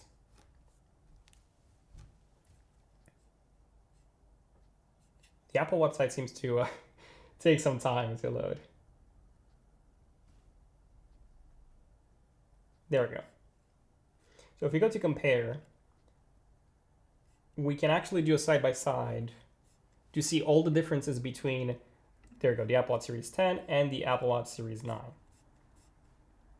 So size increase, that's one of them. Stainless steel is gone. Brightness is the same. Okay, there's a new OLED that can go down to 1 nit. Sleep tracking, okay. Of course, sleep apnea, that is new. Emergency SOS. There we go. So we got the depth gauge up to 6 meters. Oh, there we go. So it is different. On the Ultra 2, the depth gauge can go up to 40 meters.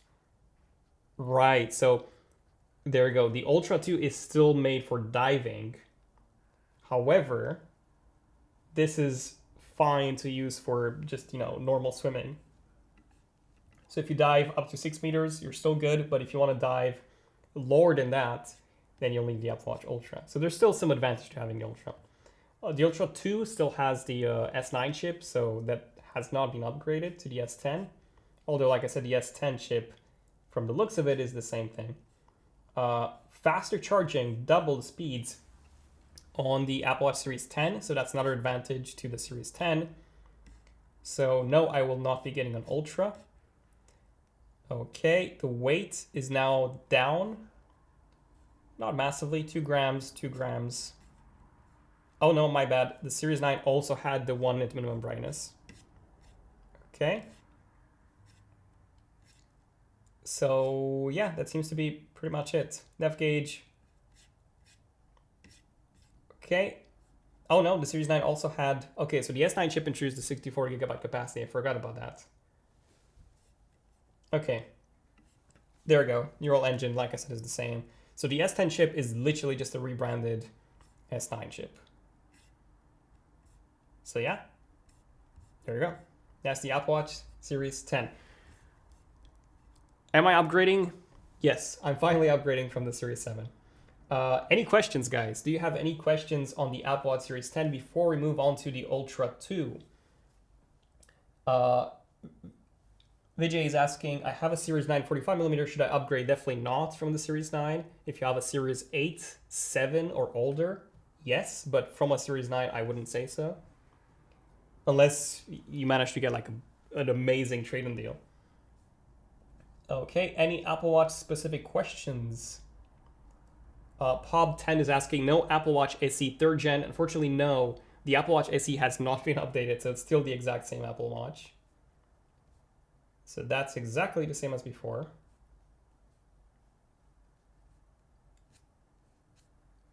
Okay. Any other questions, guys?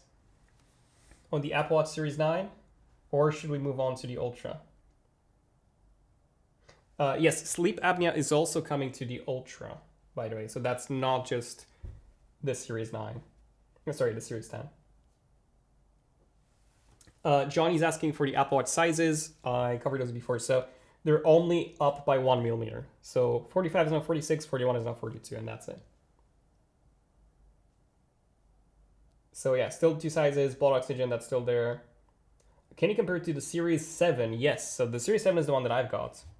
So, if you're upgrading to the Series 7, and by the way, let me know in the comments if you want us to make a video comparing the Apple Watch models, like, how we do it for the iPhones, like should you upgrade, comparing multiple generations. Let us know in the comments if you want us to do the same for the Apple Watches. Okay, so yeah, compared to the Series 7, the thing is the Series 8 only had one upgrade over the Series 7, which was the temperature sensor. That was it. And the Series 9 had the new chip and the double pinch gesture. But that was it. So if you're upgrading from the Series 7, you're not going to get that many upgrades compared to upgrading from a Series 8 or 9. Yeah, there we go. Double tap that gesture. So I think, yeah, the new design, thinner design, titanium, and also the speaker, I would say those are the bigger upgrades. I want to take a quick look at the bezels because the bezels appear to be thicker to me, although it doesn't seem like Apple's showing us any image here. So we cannot really do a side-by-side.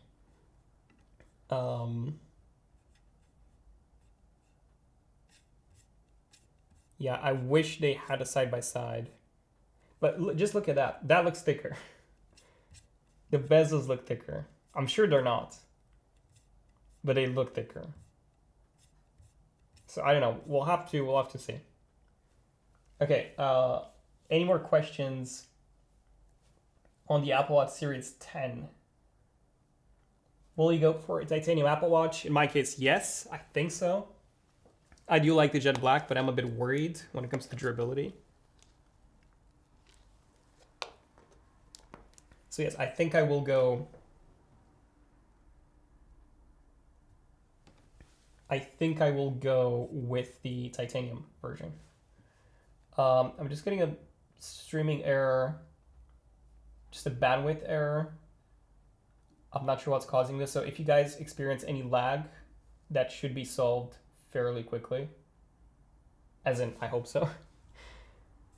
I don't have any control over this. I think it may be just our internet. Okay, Apple Watch Ultra 2. So if you go on Apple's website, you'll probably see that the only thing that's listed here is a new color. Apple Watch Ultra 2, new color. That's it. That's the only change. So this is it. This is the new color. You can pre-order these, by the way, right now, which I'm going to do right after the live stream. I just hope they're still available. So there you go. This is the Ultra 2. Question is it more expensive? It is not more expensive. So it's the same price. However, the new titanium Milanese loop, so the new band that looks awesome, that's more expensive. So you have to pay $100 more if you want to get that. Which, you know, I'm not surprised. The other bands are made out of, well, they're not made out of titanium, so this is why this one's more expensive. But it looks great. Although, personally, I don't think most people should get the Ultra compared to the standard model, because the standard model, so this is 800. The standard Apple Watch, so if we go to the Apple Watch Series 10, so it's half the price. And you can also get it in the new fancy jet black, which looks like stainless steel, right? So you get it for half the price. And you get faster charging. You get technically a larger display, I think. You don't, at least not on paper. But you get a thinner design. You get this new speaker, right? You get the depth sensor, the temperature sensor. So yeah, you get a lot of features. Yeah. I do agree with what Johnny6 just said, that the Ultra 2 matte black, that's going to be Marquez's choice for sure, 100%. Because it's literally the only matte black Apple Watch. Right, let me take a look at my notes, see if there was anything else worth mentioning. So sleep apnea, the Ultra 2 now gets it as well through a software update, so that's cool. The Ultra 2 still has the old S9 chip, although we just said the S10 is a rebranded S9, so it's the same thing. There's a couple of new Hermes bands for the Ultra, and that's pretty much it. So why should anyone get the Ultra? Well, if you want a bigger battery, then go for the Ultra. If you want a bigger watch, then go for the Ultra, because it is still... Oh, hold on. Sorry, some streaming issues. Okay, it seems to be fine now. Okay, all good. We are good. Yeah, so you would go for the Ultra if you want the battery life, if you want larger size, and if you want the action button. The Apple Watch Ultra is still the only one that comes with the action button, but that's pretty much it. And if you want to pay double, I guess, or if you want the new color. Okay. Any questions, guys, on the Apple Watch Ultra, or should we move on to the iPhone?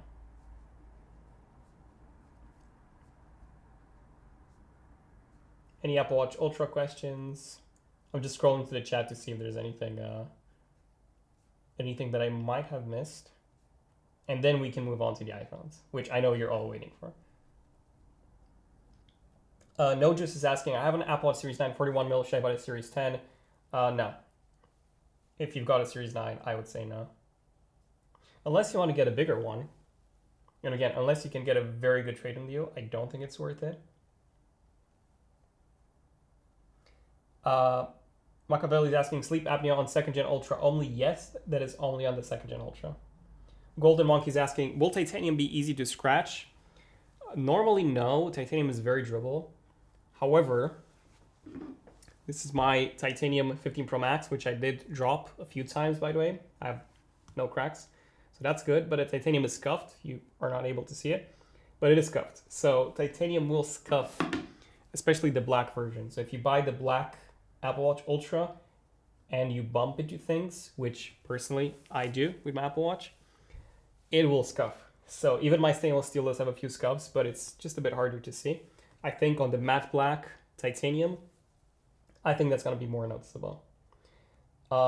Enquiries is asking, on the Apple Watch Series 10, if I'm buying a new watch, which one should I buy? Series 9 or Series 10, considering a significant price drop? If it's your first Apple Watch and you can get a Series 9 for a really good price, I would honestly go for the Series 9. That's what I would do. Muscat is asking, it's grade 5 titanium, but JRig proved it otherwise. Yes, so if I remember correctly, the body itself, so only part of the body is titanium. Same applies to the iPhone. So there's a layer on the outside that's titanium. And the rest is aluminium. So it's not a full titanium body. At least that's the case with the iPhone. I think that's the exact same thing with the Apple Watch. Hector is asking, should I upgrade from the Apple Watch Series 8 to the Apple Watch Series 10? Maybe. I'm upgrading from the Series 7. Konstantinos is saying 46 millimeters, the Ultra is 49. Yes, the Ultra is a bigger watch. So if you have a bigger wrist and you want a bigger watch, then the Ultra is the one to go for. Ryan William is asking, does the Apple Watch Ultra 2 play music through its speakers like the Series 10? I don't believe so. It didn't do it before. And Apple has not mentioned it at the event, so I don't think that's the case. Which is a bummer because they could enable it through software, right? Like the speaker is already loud. So yeah, let's take a quick look. So if we go to the Apple Watch Ultra, we go to the tech specs, and we go to audio.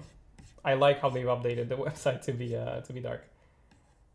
Oh, yes it can. I take that back.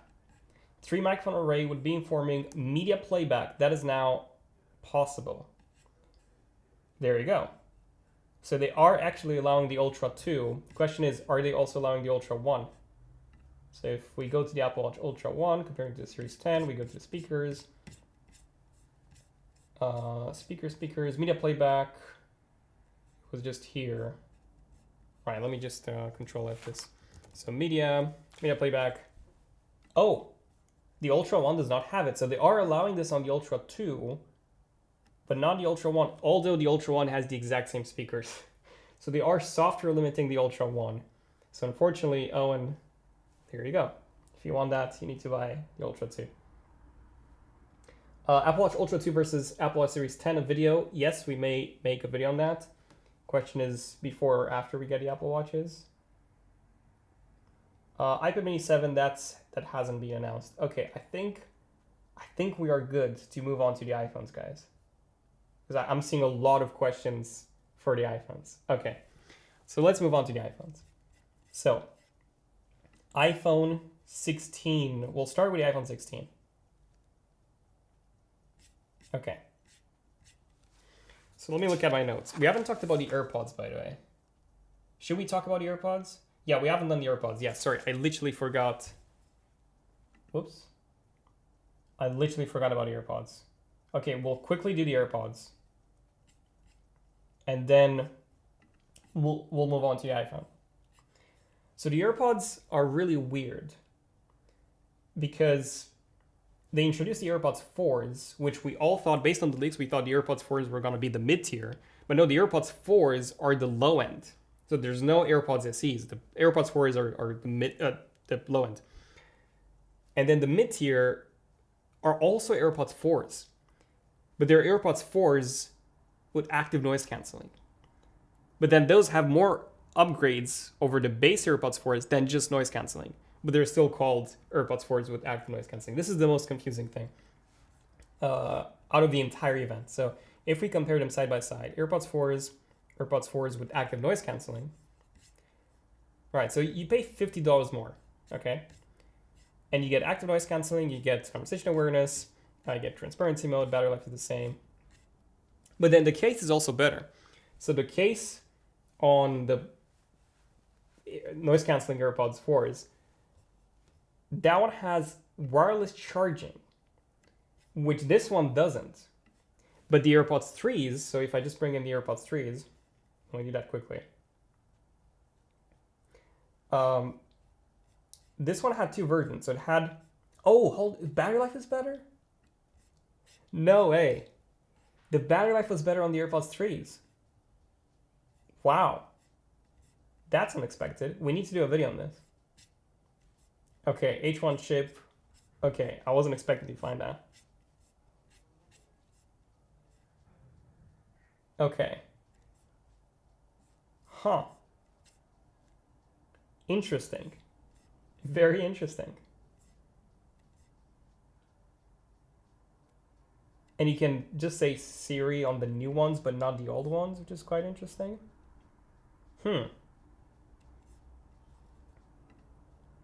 Okay. Anyways, so when you buy the AirPods 4s with active noise cancelling, you also get a wireless charging case, which before you had to buy the AirPods 3s with the MagSafe case. Basically, it's all very confusing. I think that they should have called the AirPods 4s with active noise cancelling AirPods 4s, and then these ones, the AirPods SE. That's my opinion. Okay, now the AirPods Maxes now come with USB-C, and that's it. Unless they haven't updated the comparison tool. They have updated the comparison tool. Okay. Let me know if you want to see a video of me just ranting on the AirPods Maxes. Because realistically, these are just, yeah, they're the same thing, just with USB-C. Yeah. That's not great. So the AirPods Maxes got the smallest upgrade out of any Apple product at this event. And it's a shame that for $549, the H1 chip is disappointing. Like, the thing is, the H1 chip is very old at this point, and the H2 is significantly more powerful. Excuse me, I'm losing my voice again. The H2 is significantly more powerful. So the H2 enables better noise cancelling, better transparency mode, and it's a huge upgrade. Like, if you've had the first gen AirPods Pros and then you've also tried the second gen AirPods Pros, the difference is just night and day. Okay, so yeah. Okay, now let's talk about the iPhone, unless someone has any questions for the AirPods. Okay. Please versus AirPods Pro 2s. Okay, someone wants a comparison.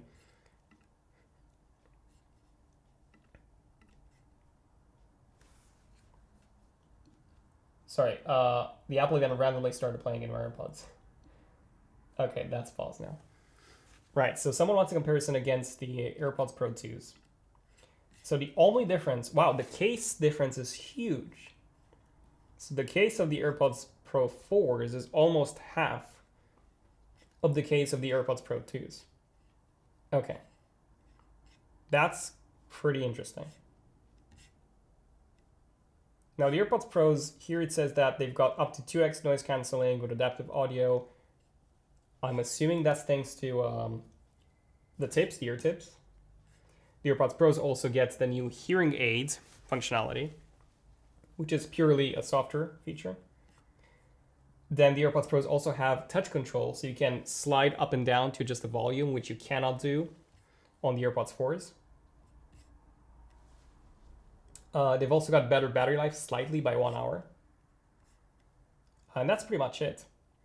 Oh, apparently the AirPods 4 case does not have a lanyard loop, which the AirPods Pro 2 case has, which is a very interesting choice. But that's about it. So the main reason to go for the AirPods Pros is for the seals, for the ear tips, which will provide better noise canceling. But yeah, that's pretty much it. Okay. iPhone time, finally. So let's talk about the iPhone 16. So I'm just looking over my notes. There's a couple of changes that are quite significant on the iPhone 16. The website keeps crashing, by the way. I'm not sure why that is. Okay. So a couple of significant changes. Sorry, I think a lot of people are trying to access the website. Either that or my MacBook is just acting up. Yeah, so the colors, first of all, are so much better than in the dummy units. So if we look at the colors right here, the blue is not as vibrant as in the dummy units, but I think it's better because you get this dual tone. So the camera module itself, if you look at this, the camera module itself is actually darker than the back of the phone. And it's just beautiful. So they said the color is now infused into the glass itself, which gives it this this look. I do agree with what Edie is saying. I really miss the product red. Yes, it is a shame that a product red is gone. Although I do think it will come back in March. That's my prediction. Okay. Green looks great. Pink is actually way more vibrant than in the dummy units. And the black, I think, is the same, at least on the standard model. It is darker on the Pros. Okay. Okay. So that's the colors. The other big change is the camera control, right? Which I think is huge, and it's actually better than in the leaks. So it's got a sapphire crystal cover, so it's gonna resist scratches, which is great. But then the cool thing is that you can also double tap it. Hopefully I can show you that, to switch between camera modes, which I think is really, really cool. I don't think they're showing it here, but you can double tap it to switch between,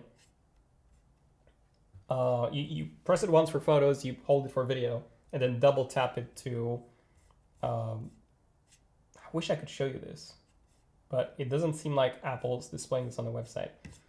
But yeah, I would say this is probably the biggest update to the iPhone 16 series. Of course, there's a new chip, but I would say this is the biggest update. Now, let's do a quick comparison. So if we go to the compare page and we compare 16 to the 15 so that you can see all the upgrades. There we go. So the display is same size. Oh, never mind. The 15 also had this color infused glass back. So there we go. Of course, Apple Intelligence is a big one. So since we have the Apple A18 chip that has 8 GB of RAM, they haven't talked about that. Apple never talks about RAM, but it's more than likely that it's got 8 gigabytes of RAM because that's the minimum requirement for Apple Intelligence. So the CPU and the GPU core count is exactly the same, but the neural engine is quite a bit more powerful. So there's a new 16-core neural engine that's apparently twice as fast. That's all they said, twice as fast than the A16, I assume. Of course, the camera control. Now this is interesting. So advanced dual camera system, 40 megapixel fusion. This to me sounds like they're just renaming the thing.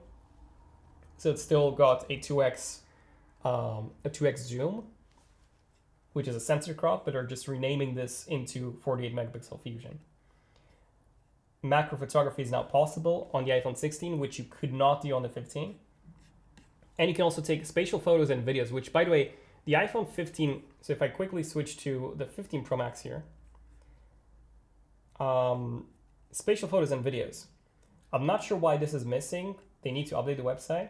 The 15 Pro Max could take spatial videos, but not spatial photos. So spatial photos is new. Then we also get the new photographic styles, which allow you to customize them more. Okay. There we go. Here we go. The battery life numbers that we all wanted to see. So we get 2 extra hours of video playback compared to the iPhone 15. Now, if we put the iPhone 14 here, the iPhone 14 had the same. However, the iPhone 15 had a noticeably better battery life than the iPhone 14. So sometimes in the past, even when Apple hadn't specifically mentioned any increases, the battery life was still better because of the new chip and the more efficient the more efficient chip. So the fact that they're listing 2 extra hours of video playback is quite significant. I think the battery life will be really, really good. I think, just based on this. Because it was already good from the 14 to the 15 when Apple literally listed the same numbers. So from the 15 to the 16, since they're giving 2 extra hours, it should be quite a bit better. Okay. We also have a new ceramic shield that is supposed to be tougher than before. So that's also new. And we also have faster MagSafe charging, which I believe they only mentioned on the Pro models, but we also get this on the standard. So we get 25 watt wireless charging with MagSafe. Okay, which is new. Before it was 15 watts MagSafe. So that's quite a bit faster. Although I do wonder if you need a new MagSafe charger for that. I think you do. Display brightness numbers are the same, but there you go, the 1 nit minimum brightness, that is new. So you could not go as dim as you can now with the 16, which is great because whenever I read at night, I always find my iPhone to be too bright. So I do love seeing this option. I am curious if they've done any improvements when it comes to PWM. Long story short, manufacturers like Honor, for example, focus a lot on PWM, and at night when you read, you're not going to get as much eye strain as you would on an iPhone, for example. So I'm curious to see if this 1 at minimum brightness also includes some sort of PWM improvements. But that's pretty much it from what I can see on the iPhone 16.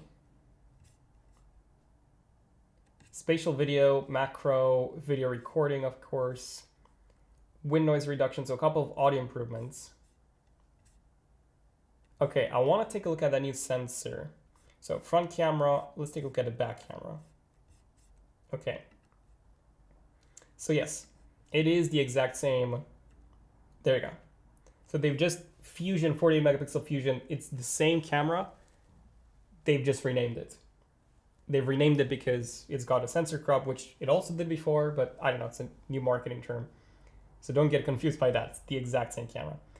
The ultrawide is new. That is new. So it's a f2.2 aperture, and the sensor is also new, and it can capture more light. More specifically, it can capture, let me look at my notes. can capture 2.6% more light. So that's a pretty significant improvement, which is definitely more than what the aperture would say. Oh, it's also got an anti-reflective lens coating, which the iPhone 15 Pros had. Okay. Spatial photos. And of course, it's got the action button, which is new. Okay. So all in all, the iPhone 16 is pretty decent upgrade. Like, it's got a lot of improvements over the iPhone 15. The action button is new, the capture button,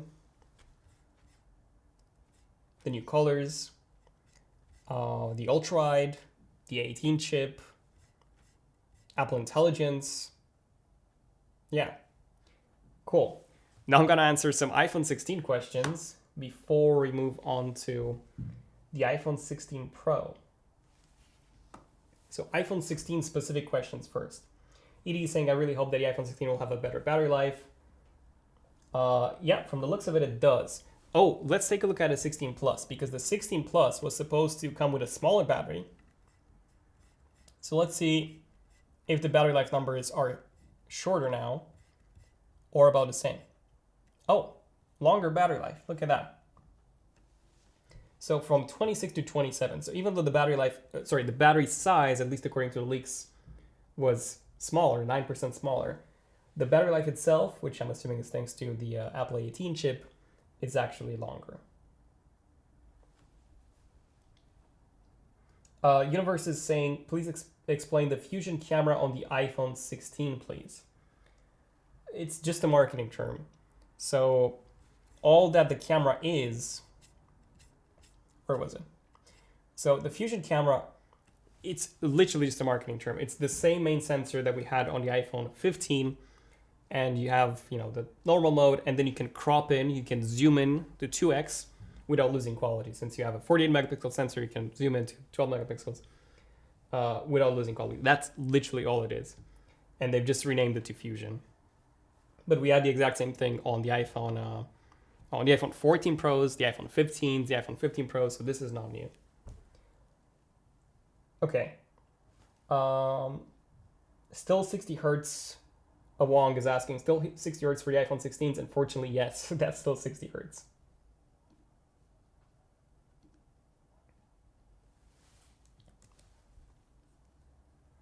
Okay.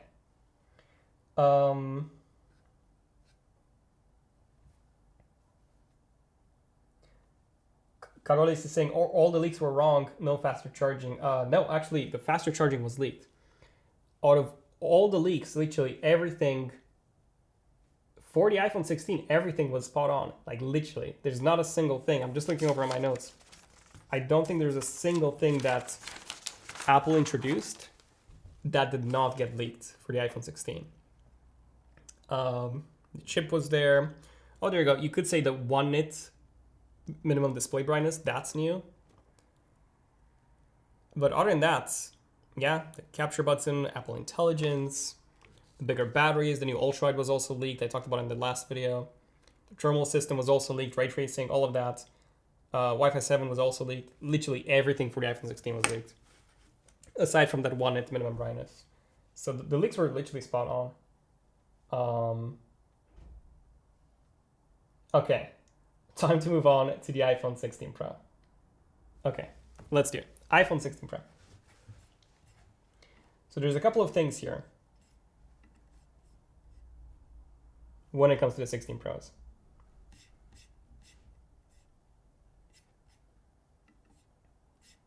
Okay. Yeah, the website keeps crashing. Sorry about that, guys. Yeah, I'm not sure if this is my MacBook, because the MacBook that I'm using, this is not actually my MacBook. This is mine. This is the one we've got in the office, and it's running on Sonoma Beta. And it's an M1, 8 gigs of RAM. Okay, but we're getting there. It took a few attempts for the Apple Watch. Okay, let me try it this way. I think it's honestly Apple's website. So, okay. Still not working. We could go to the compare page. Let me try that. Because that seemed to work. I think it's Apple's website. There we go. Okay. So let's compare the iPhone 16 Pro Max to the iPhone 15 Pro Max. And then we'll have the iPhone 16 there for, let's do the 16 Plus. We'll have the 16 Plus for reference. So, first of all, the colors. So if you take a look at the black is now darker. And it looks like Apple also changed the lighting on this.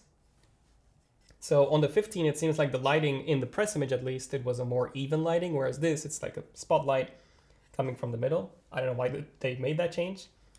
But if you look at the camera module itself, there we go.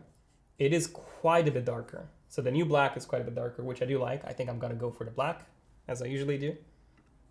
Then the bezels are also thinner.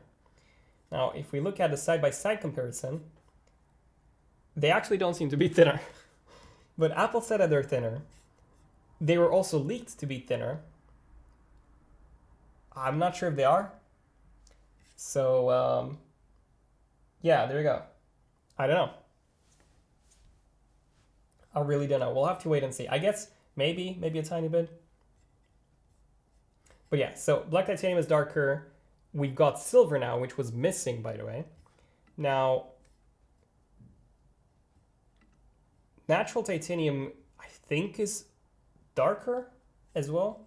Or maybe not. No, if you look at a camera module. But they changed the lighting, so it's a bit hard to compare. Yeah, it is a bit hard to compare. And then we've got the gold. So the blue is gone, which was actually a popular color.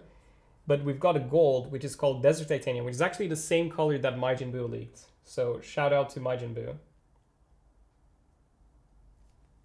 He actually got the name correctly. Okay. So there we go. New gold, which I think is a huge win. I feel like Apple should have maybe removed one of these colors because they are quite similar. Like one's silver, one's a, darker silver, you could say. Yeah, so I feel like natural titanium could have been removed, or maybe even the silver could have been removed. I know they just literally added that. But maybe a more popular choice would have been the blue instead of the natural titanium. I don't know. Let me know in the comments. Okay. So another change is the display size. So 6.9 from 6.7. Then the action button, I want to see if it's any bigger. Although I'm literally not seeing it here. So there we go. It is bigger. So if you look at that, that's the action button on the new one. That's the action button on the 15 Pro. So it is a bit bigger. They haven't talked about it, but it was leaked. So in our dummy units, in the most recent dummy units, it was a bit bigger. And I was praying to Apple that they would make it bigger because it was so small. They have made it bigger, but it's not significantly bigger. It's, I don't know, maybe like 5% bigger. Or maybe a bit more. But there you go. So it's going to be a bit easier to press. Okay. So, of course, we got Apple Intelligence, and then the A18 Pro chip. Then the new camera control button, which, according to leaks, that was called the capture button in the leaks. So the actual release name is... sorry, let me just moderate the chat a bit because there's a lot of copy and pasted comments.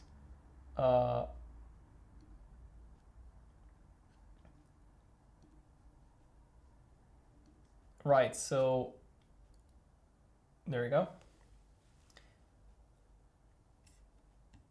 Okay, so let's take a look at the camera because this is the one that I'm most curious about. So 48 megapixel fusion, ultra wide telephoto, that's the same, but I want to take a closer look at the main sensor because Apple said that it's new. Now, if you guys remember the leaks,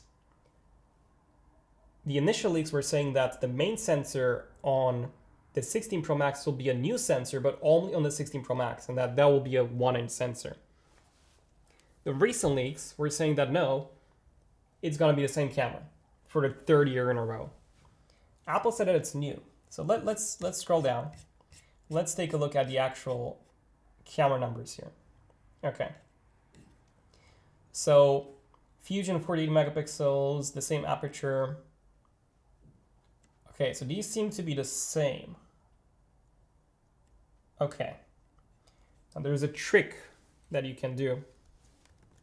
So if you go to apple.com again, and you go to iPhone and you go to 16 Pro,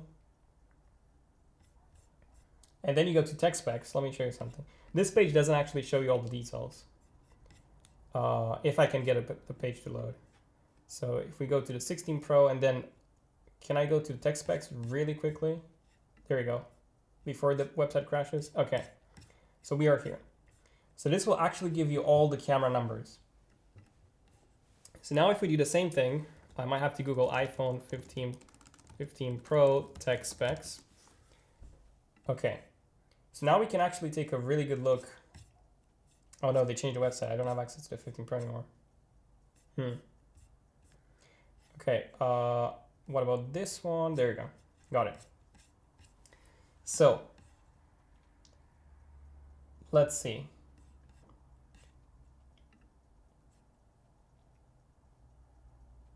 Okay, so they're not actually giving the sensor size here. So I'll need to go back to the event, compare it to the 15 Pro event, and then figure it out from there. If anyone has already done that, then do let me know.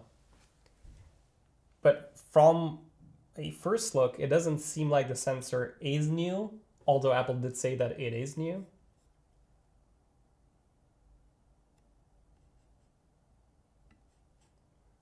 This is the 15 Pro page, and it already says second generation sensor chip technology.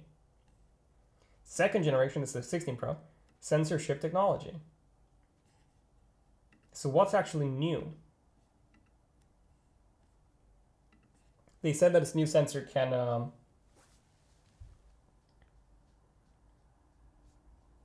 capture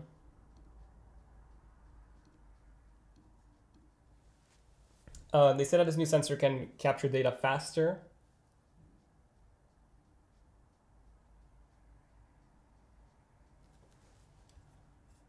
So I'm not sure, guys. If anyone knows, please let me know in the chat. If anyone managed to get an image of the iPhone 16 Pro event and compare it side by side to the 15 Pro event and literally compare the sensor specs side by side, which I'm gonna do after the event, after the live stream. Yes, Germany 92 is correct. It doesn't have to be a bigger sensor to be a new sensor. That is correct. It can be the exact same specification, but you know, newer manufactured sensor with some changes. Yeah, but from the looks of it, I don't believe you're gonna get any better image quality out of the sensor. I don't think that's the case. Because usually with sensors, yes, you can have a newer sensor with better light sensitivity, but that is quite rare for the same specs. Usually a new sensor with better low light performance is also a bigger sensor. Connor's asking, will the UK get Apple Intelligence? That is a really good question. I think so. Yeah, I think so. There were some features specifically for Siri that were delayed until next year. So all the language recognition, that's delayed until next year. But everything else would be this year. Okay, so we talked about a camera, which is mostly the same. The main difference being the ultra-wide, which is a brand new 48 megapixel ultra-wide with the same aperture. I think that's still a good upgrade. Like if you look at the Android market, most of them have 48 megapixel ultra-wides. So when you have a lot of light, you can capture a lot more detail. And the cool thing about this ultra-wide is that unlike a lot of the Android ultra-wides, this one also supports pixel binning, which is quite rare. So this is a higher end ultra-wide. I wouldn't be surprised if it's literally the same sensor as the iPhone 16 and the iPhone 15, but Apple's using that for ultra-wide. And you can do pixel binning at night. So most of the photos that you'll take with this will be 12 megapixels. Although I'm curious if Apple will allow you to take 12 megapixel photos with this ultrawide as well, like you can with the main. We've still got Smart HDR5, so that's not changing. We don't have Smart HDR6, so the image processing will be the same as on the iPhone 15s. So basically, if you've got an iPhone 15 and you want to upgrade for the camera, just don't. It's also, oh, this is interesting. So it says that it's got an anti-reflective lens coating, but only on the 16 Pro Max, not the 15 Pro Max. The thing is, the 15 Pro Max has it as well. They announced it at the event. We even tested it in our video, but it's not listed on the website, which is really interesting. So I think it's just a typo. I think they forgot. Spatial photos are coming to the 15 Pro Max as well. Okay. Another change is, of course, the 4K 120, which is huge for ProRes. If you want to shoot professionally, having 4K 120 in a compact camera, like I don't even have 4K 120 in that camera that I'm recording this video with, which is far more expensive than the iPhone. So that's really impressive. And you can do ProRes log 4K 120, mad, and externally as well. So that's crazy impressive. Obviously, you're not going to get the same quality as from a dedicated camera because the sensor is smaller. You know, the lens is not that impressive. But hey, if you want 4K 120, you go to an event, you want to quickly shoot something, then that's super impressive. The microphones have been upgraded, so that's great too. Audio mix, at least from the event, worked wonders. Front camera is exactly the same, no changes. And then we have the same SOS functionality as before. Now we have Wi-Fi 7, which Apple hasn't really talked about at the event. They just showed it there. But yeah, Wi-Fi 7 is present. Long story short, you can get significantly faster speeds with Wi-Fi 7 if you've got a Wi-Fi 7 router. And if you're in the 0.1% of the population that has like 20 gig internet or crazy numbers like that, then you can also get significantly faster speeds on the iPhone 16s. Also, Wi-Fi 7 is present on all models, not just the Pro models. And that's pretty much it. There's no other main changes. Oh, sorry.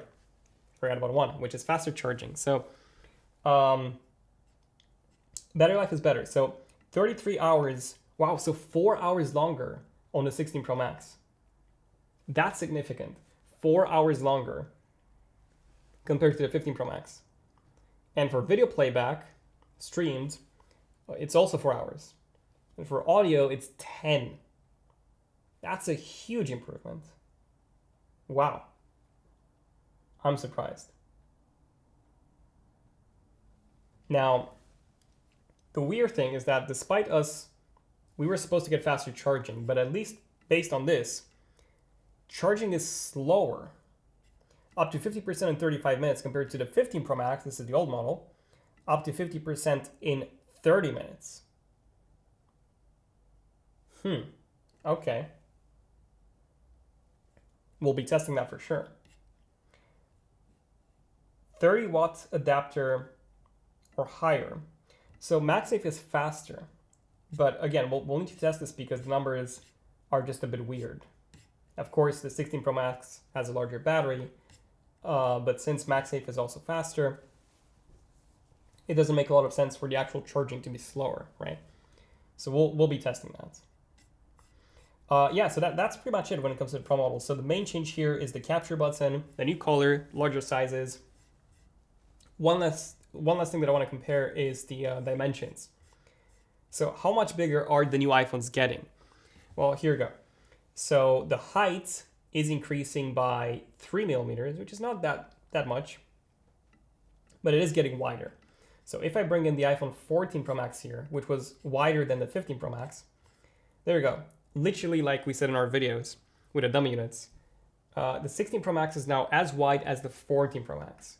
So if you're coming from a 14 Pro Max, it's literally the same thing. It's going to be more comfortable because the frame is going to be more rounded. But there you go. So if you're coming from a 15 Pro Max, then the 16 Pro Max is going to be less comfortable for you. So do keep that in mind. Okay, the thickness, we already talked about that. So yeah, it's the same. It is a bit heavier than the 15 Pro Max, but not as heavy as the 14 Pro Max. So the 14 Pro Max is still the king in terms of iPhone uncomfortability. Okay. Okay, right. Now let's answer some questions. So any specific questions that you guys have on literally anything.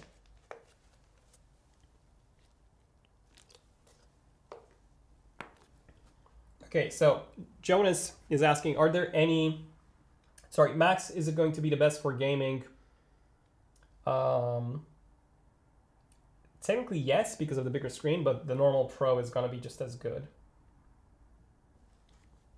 Chris is asking, how different is the 16 Pro Max to the 16 Pro?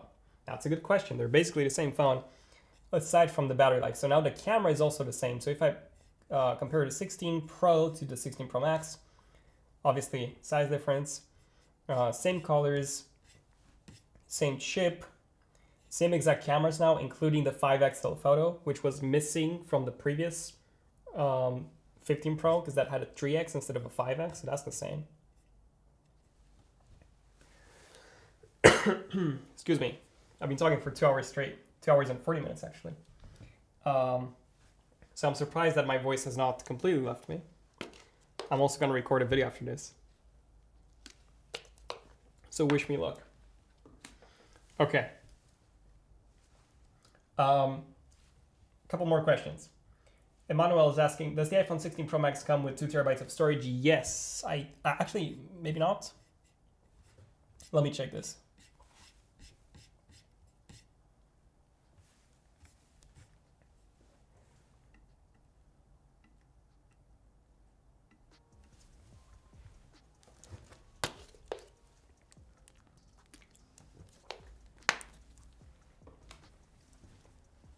Sorry. My voice. Pause.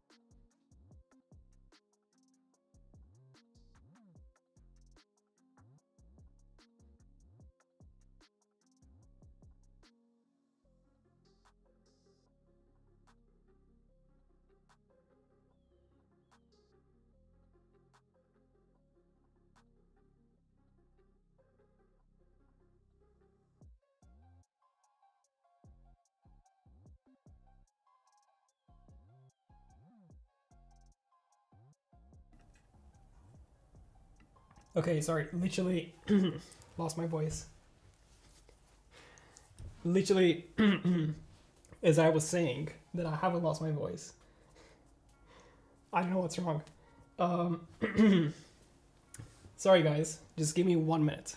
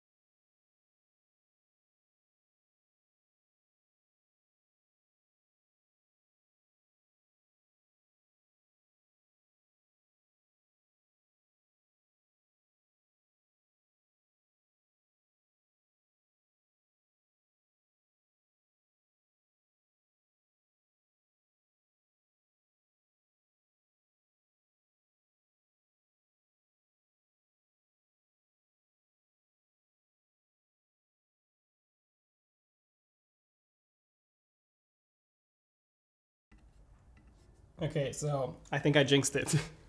Literally, as I was saying, that I haven't lost my voice. I literally lost it right after. Okay.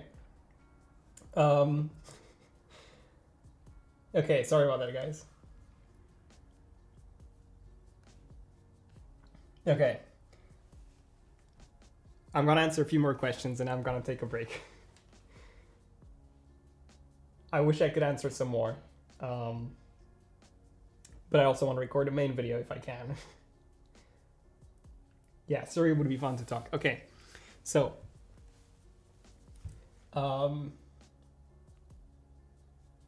Taurus is asking, would you upgrade from the 15 Pro Max to the 16 Pro Max? I would say no. The upgrades are quite small when it comes to the camera. I wish I could use Siri to talk. Yeah, so I was gonna check on the storage. Let me quickly look at that. So if I go to TB, no, we still have 1 terabyte of storage on all the models. So there's no 2 terabyte option. Connor is asking, is it worth upgrading from the iPhone XS Max? From the XS Max, 100%. 100%.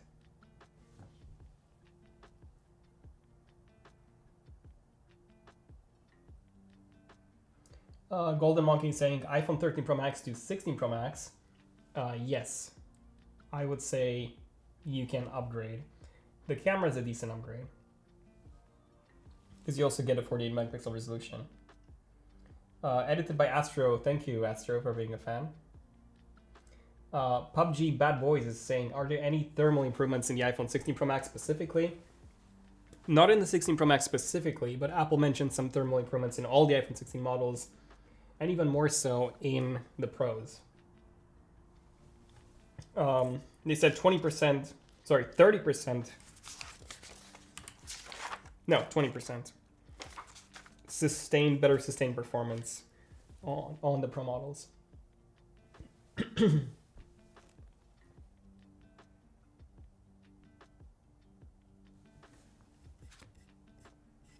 Okay, so guys, I think I'm gonna take a break. I'm gonna script the video, and then hopefully my voice is back so I can record it as well. I'm gonna share my thoughts and some more findings from my magic book. Yeah, but thank you for attending the live stream.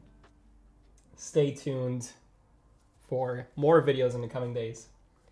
There's a lot to cover, so we'll be making a lot of videos. Yeah. I'll drink some water. Yeah, I'll recover my voice. Yeah, so thank you all for participating in the live stream. Stay tuned for a lot of videos. And also stay tuned for some really cool wallpaper packs, by the way, for our app launching in the next few days. I've got my own pack launching tomorrow. So make sure to check it out. Simply go to the App Store to check out our app wallpapers if you want to support our work. And get some cool 8K wallpapers in the meantime. So yeah, stay tuned to the channel. And yeah, once again, thank you all for watching.